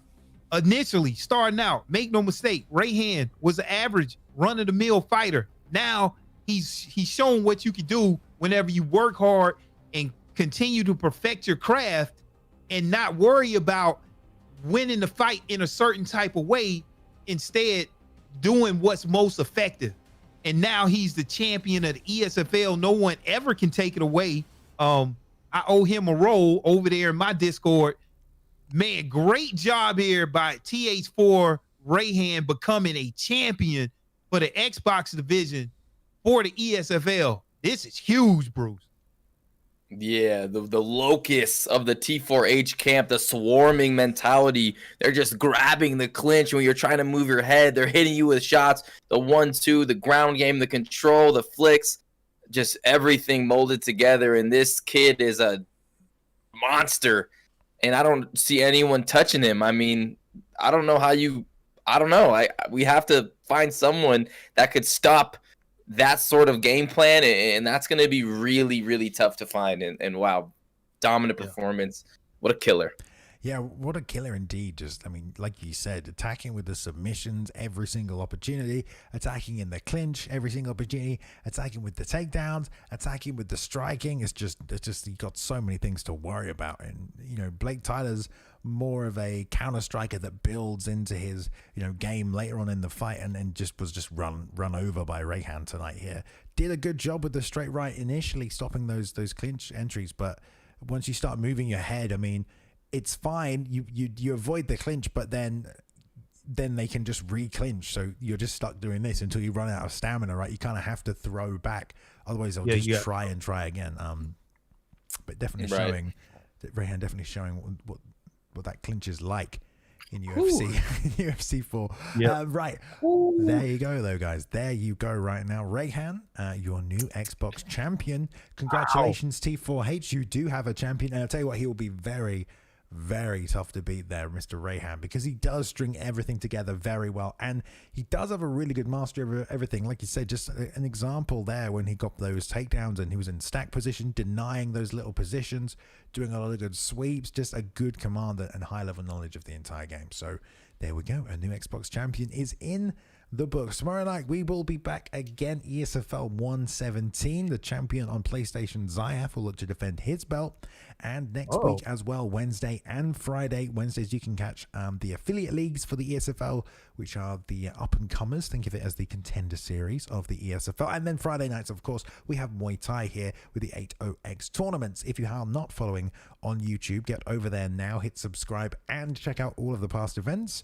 They are very good. Watch them at work, on your lunch break, break. Watch them at home with a beer. Watch them as you fall to sleep in bed. Whatever you want to do. You know, there's an archive. My man's got beer in his MMA mind. talent out there. Yeah. Oh, yes, there is. Yeah, I do actually. I want that Guinness, right? You got to get some in there. We're going to get a drink in because the UFC is starting in 22 minutes. All right. Oh, Look at that. Aren't we amazing? There you are. Well, I hope you enjoyed yourselves this Saturday. We will be back next Saturday, of course, ahead of a big UFC pay-per-view as well, I believe. So, from me, Boxer, and Bruce Lee Rob, we will see you next weekend. Have a great night. Take care of yourselves.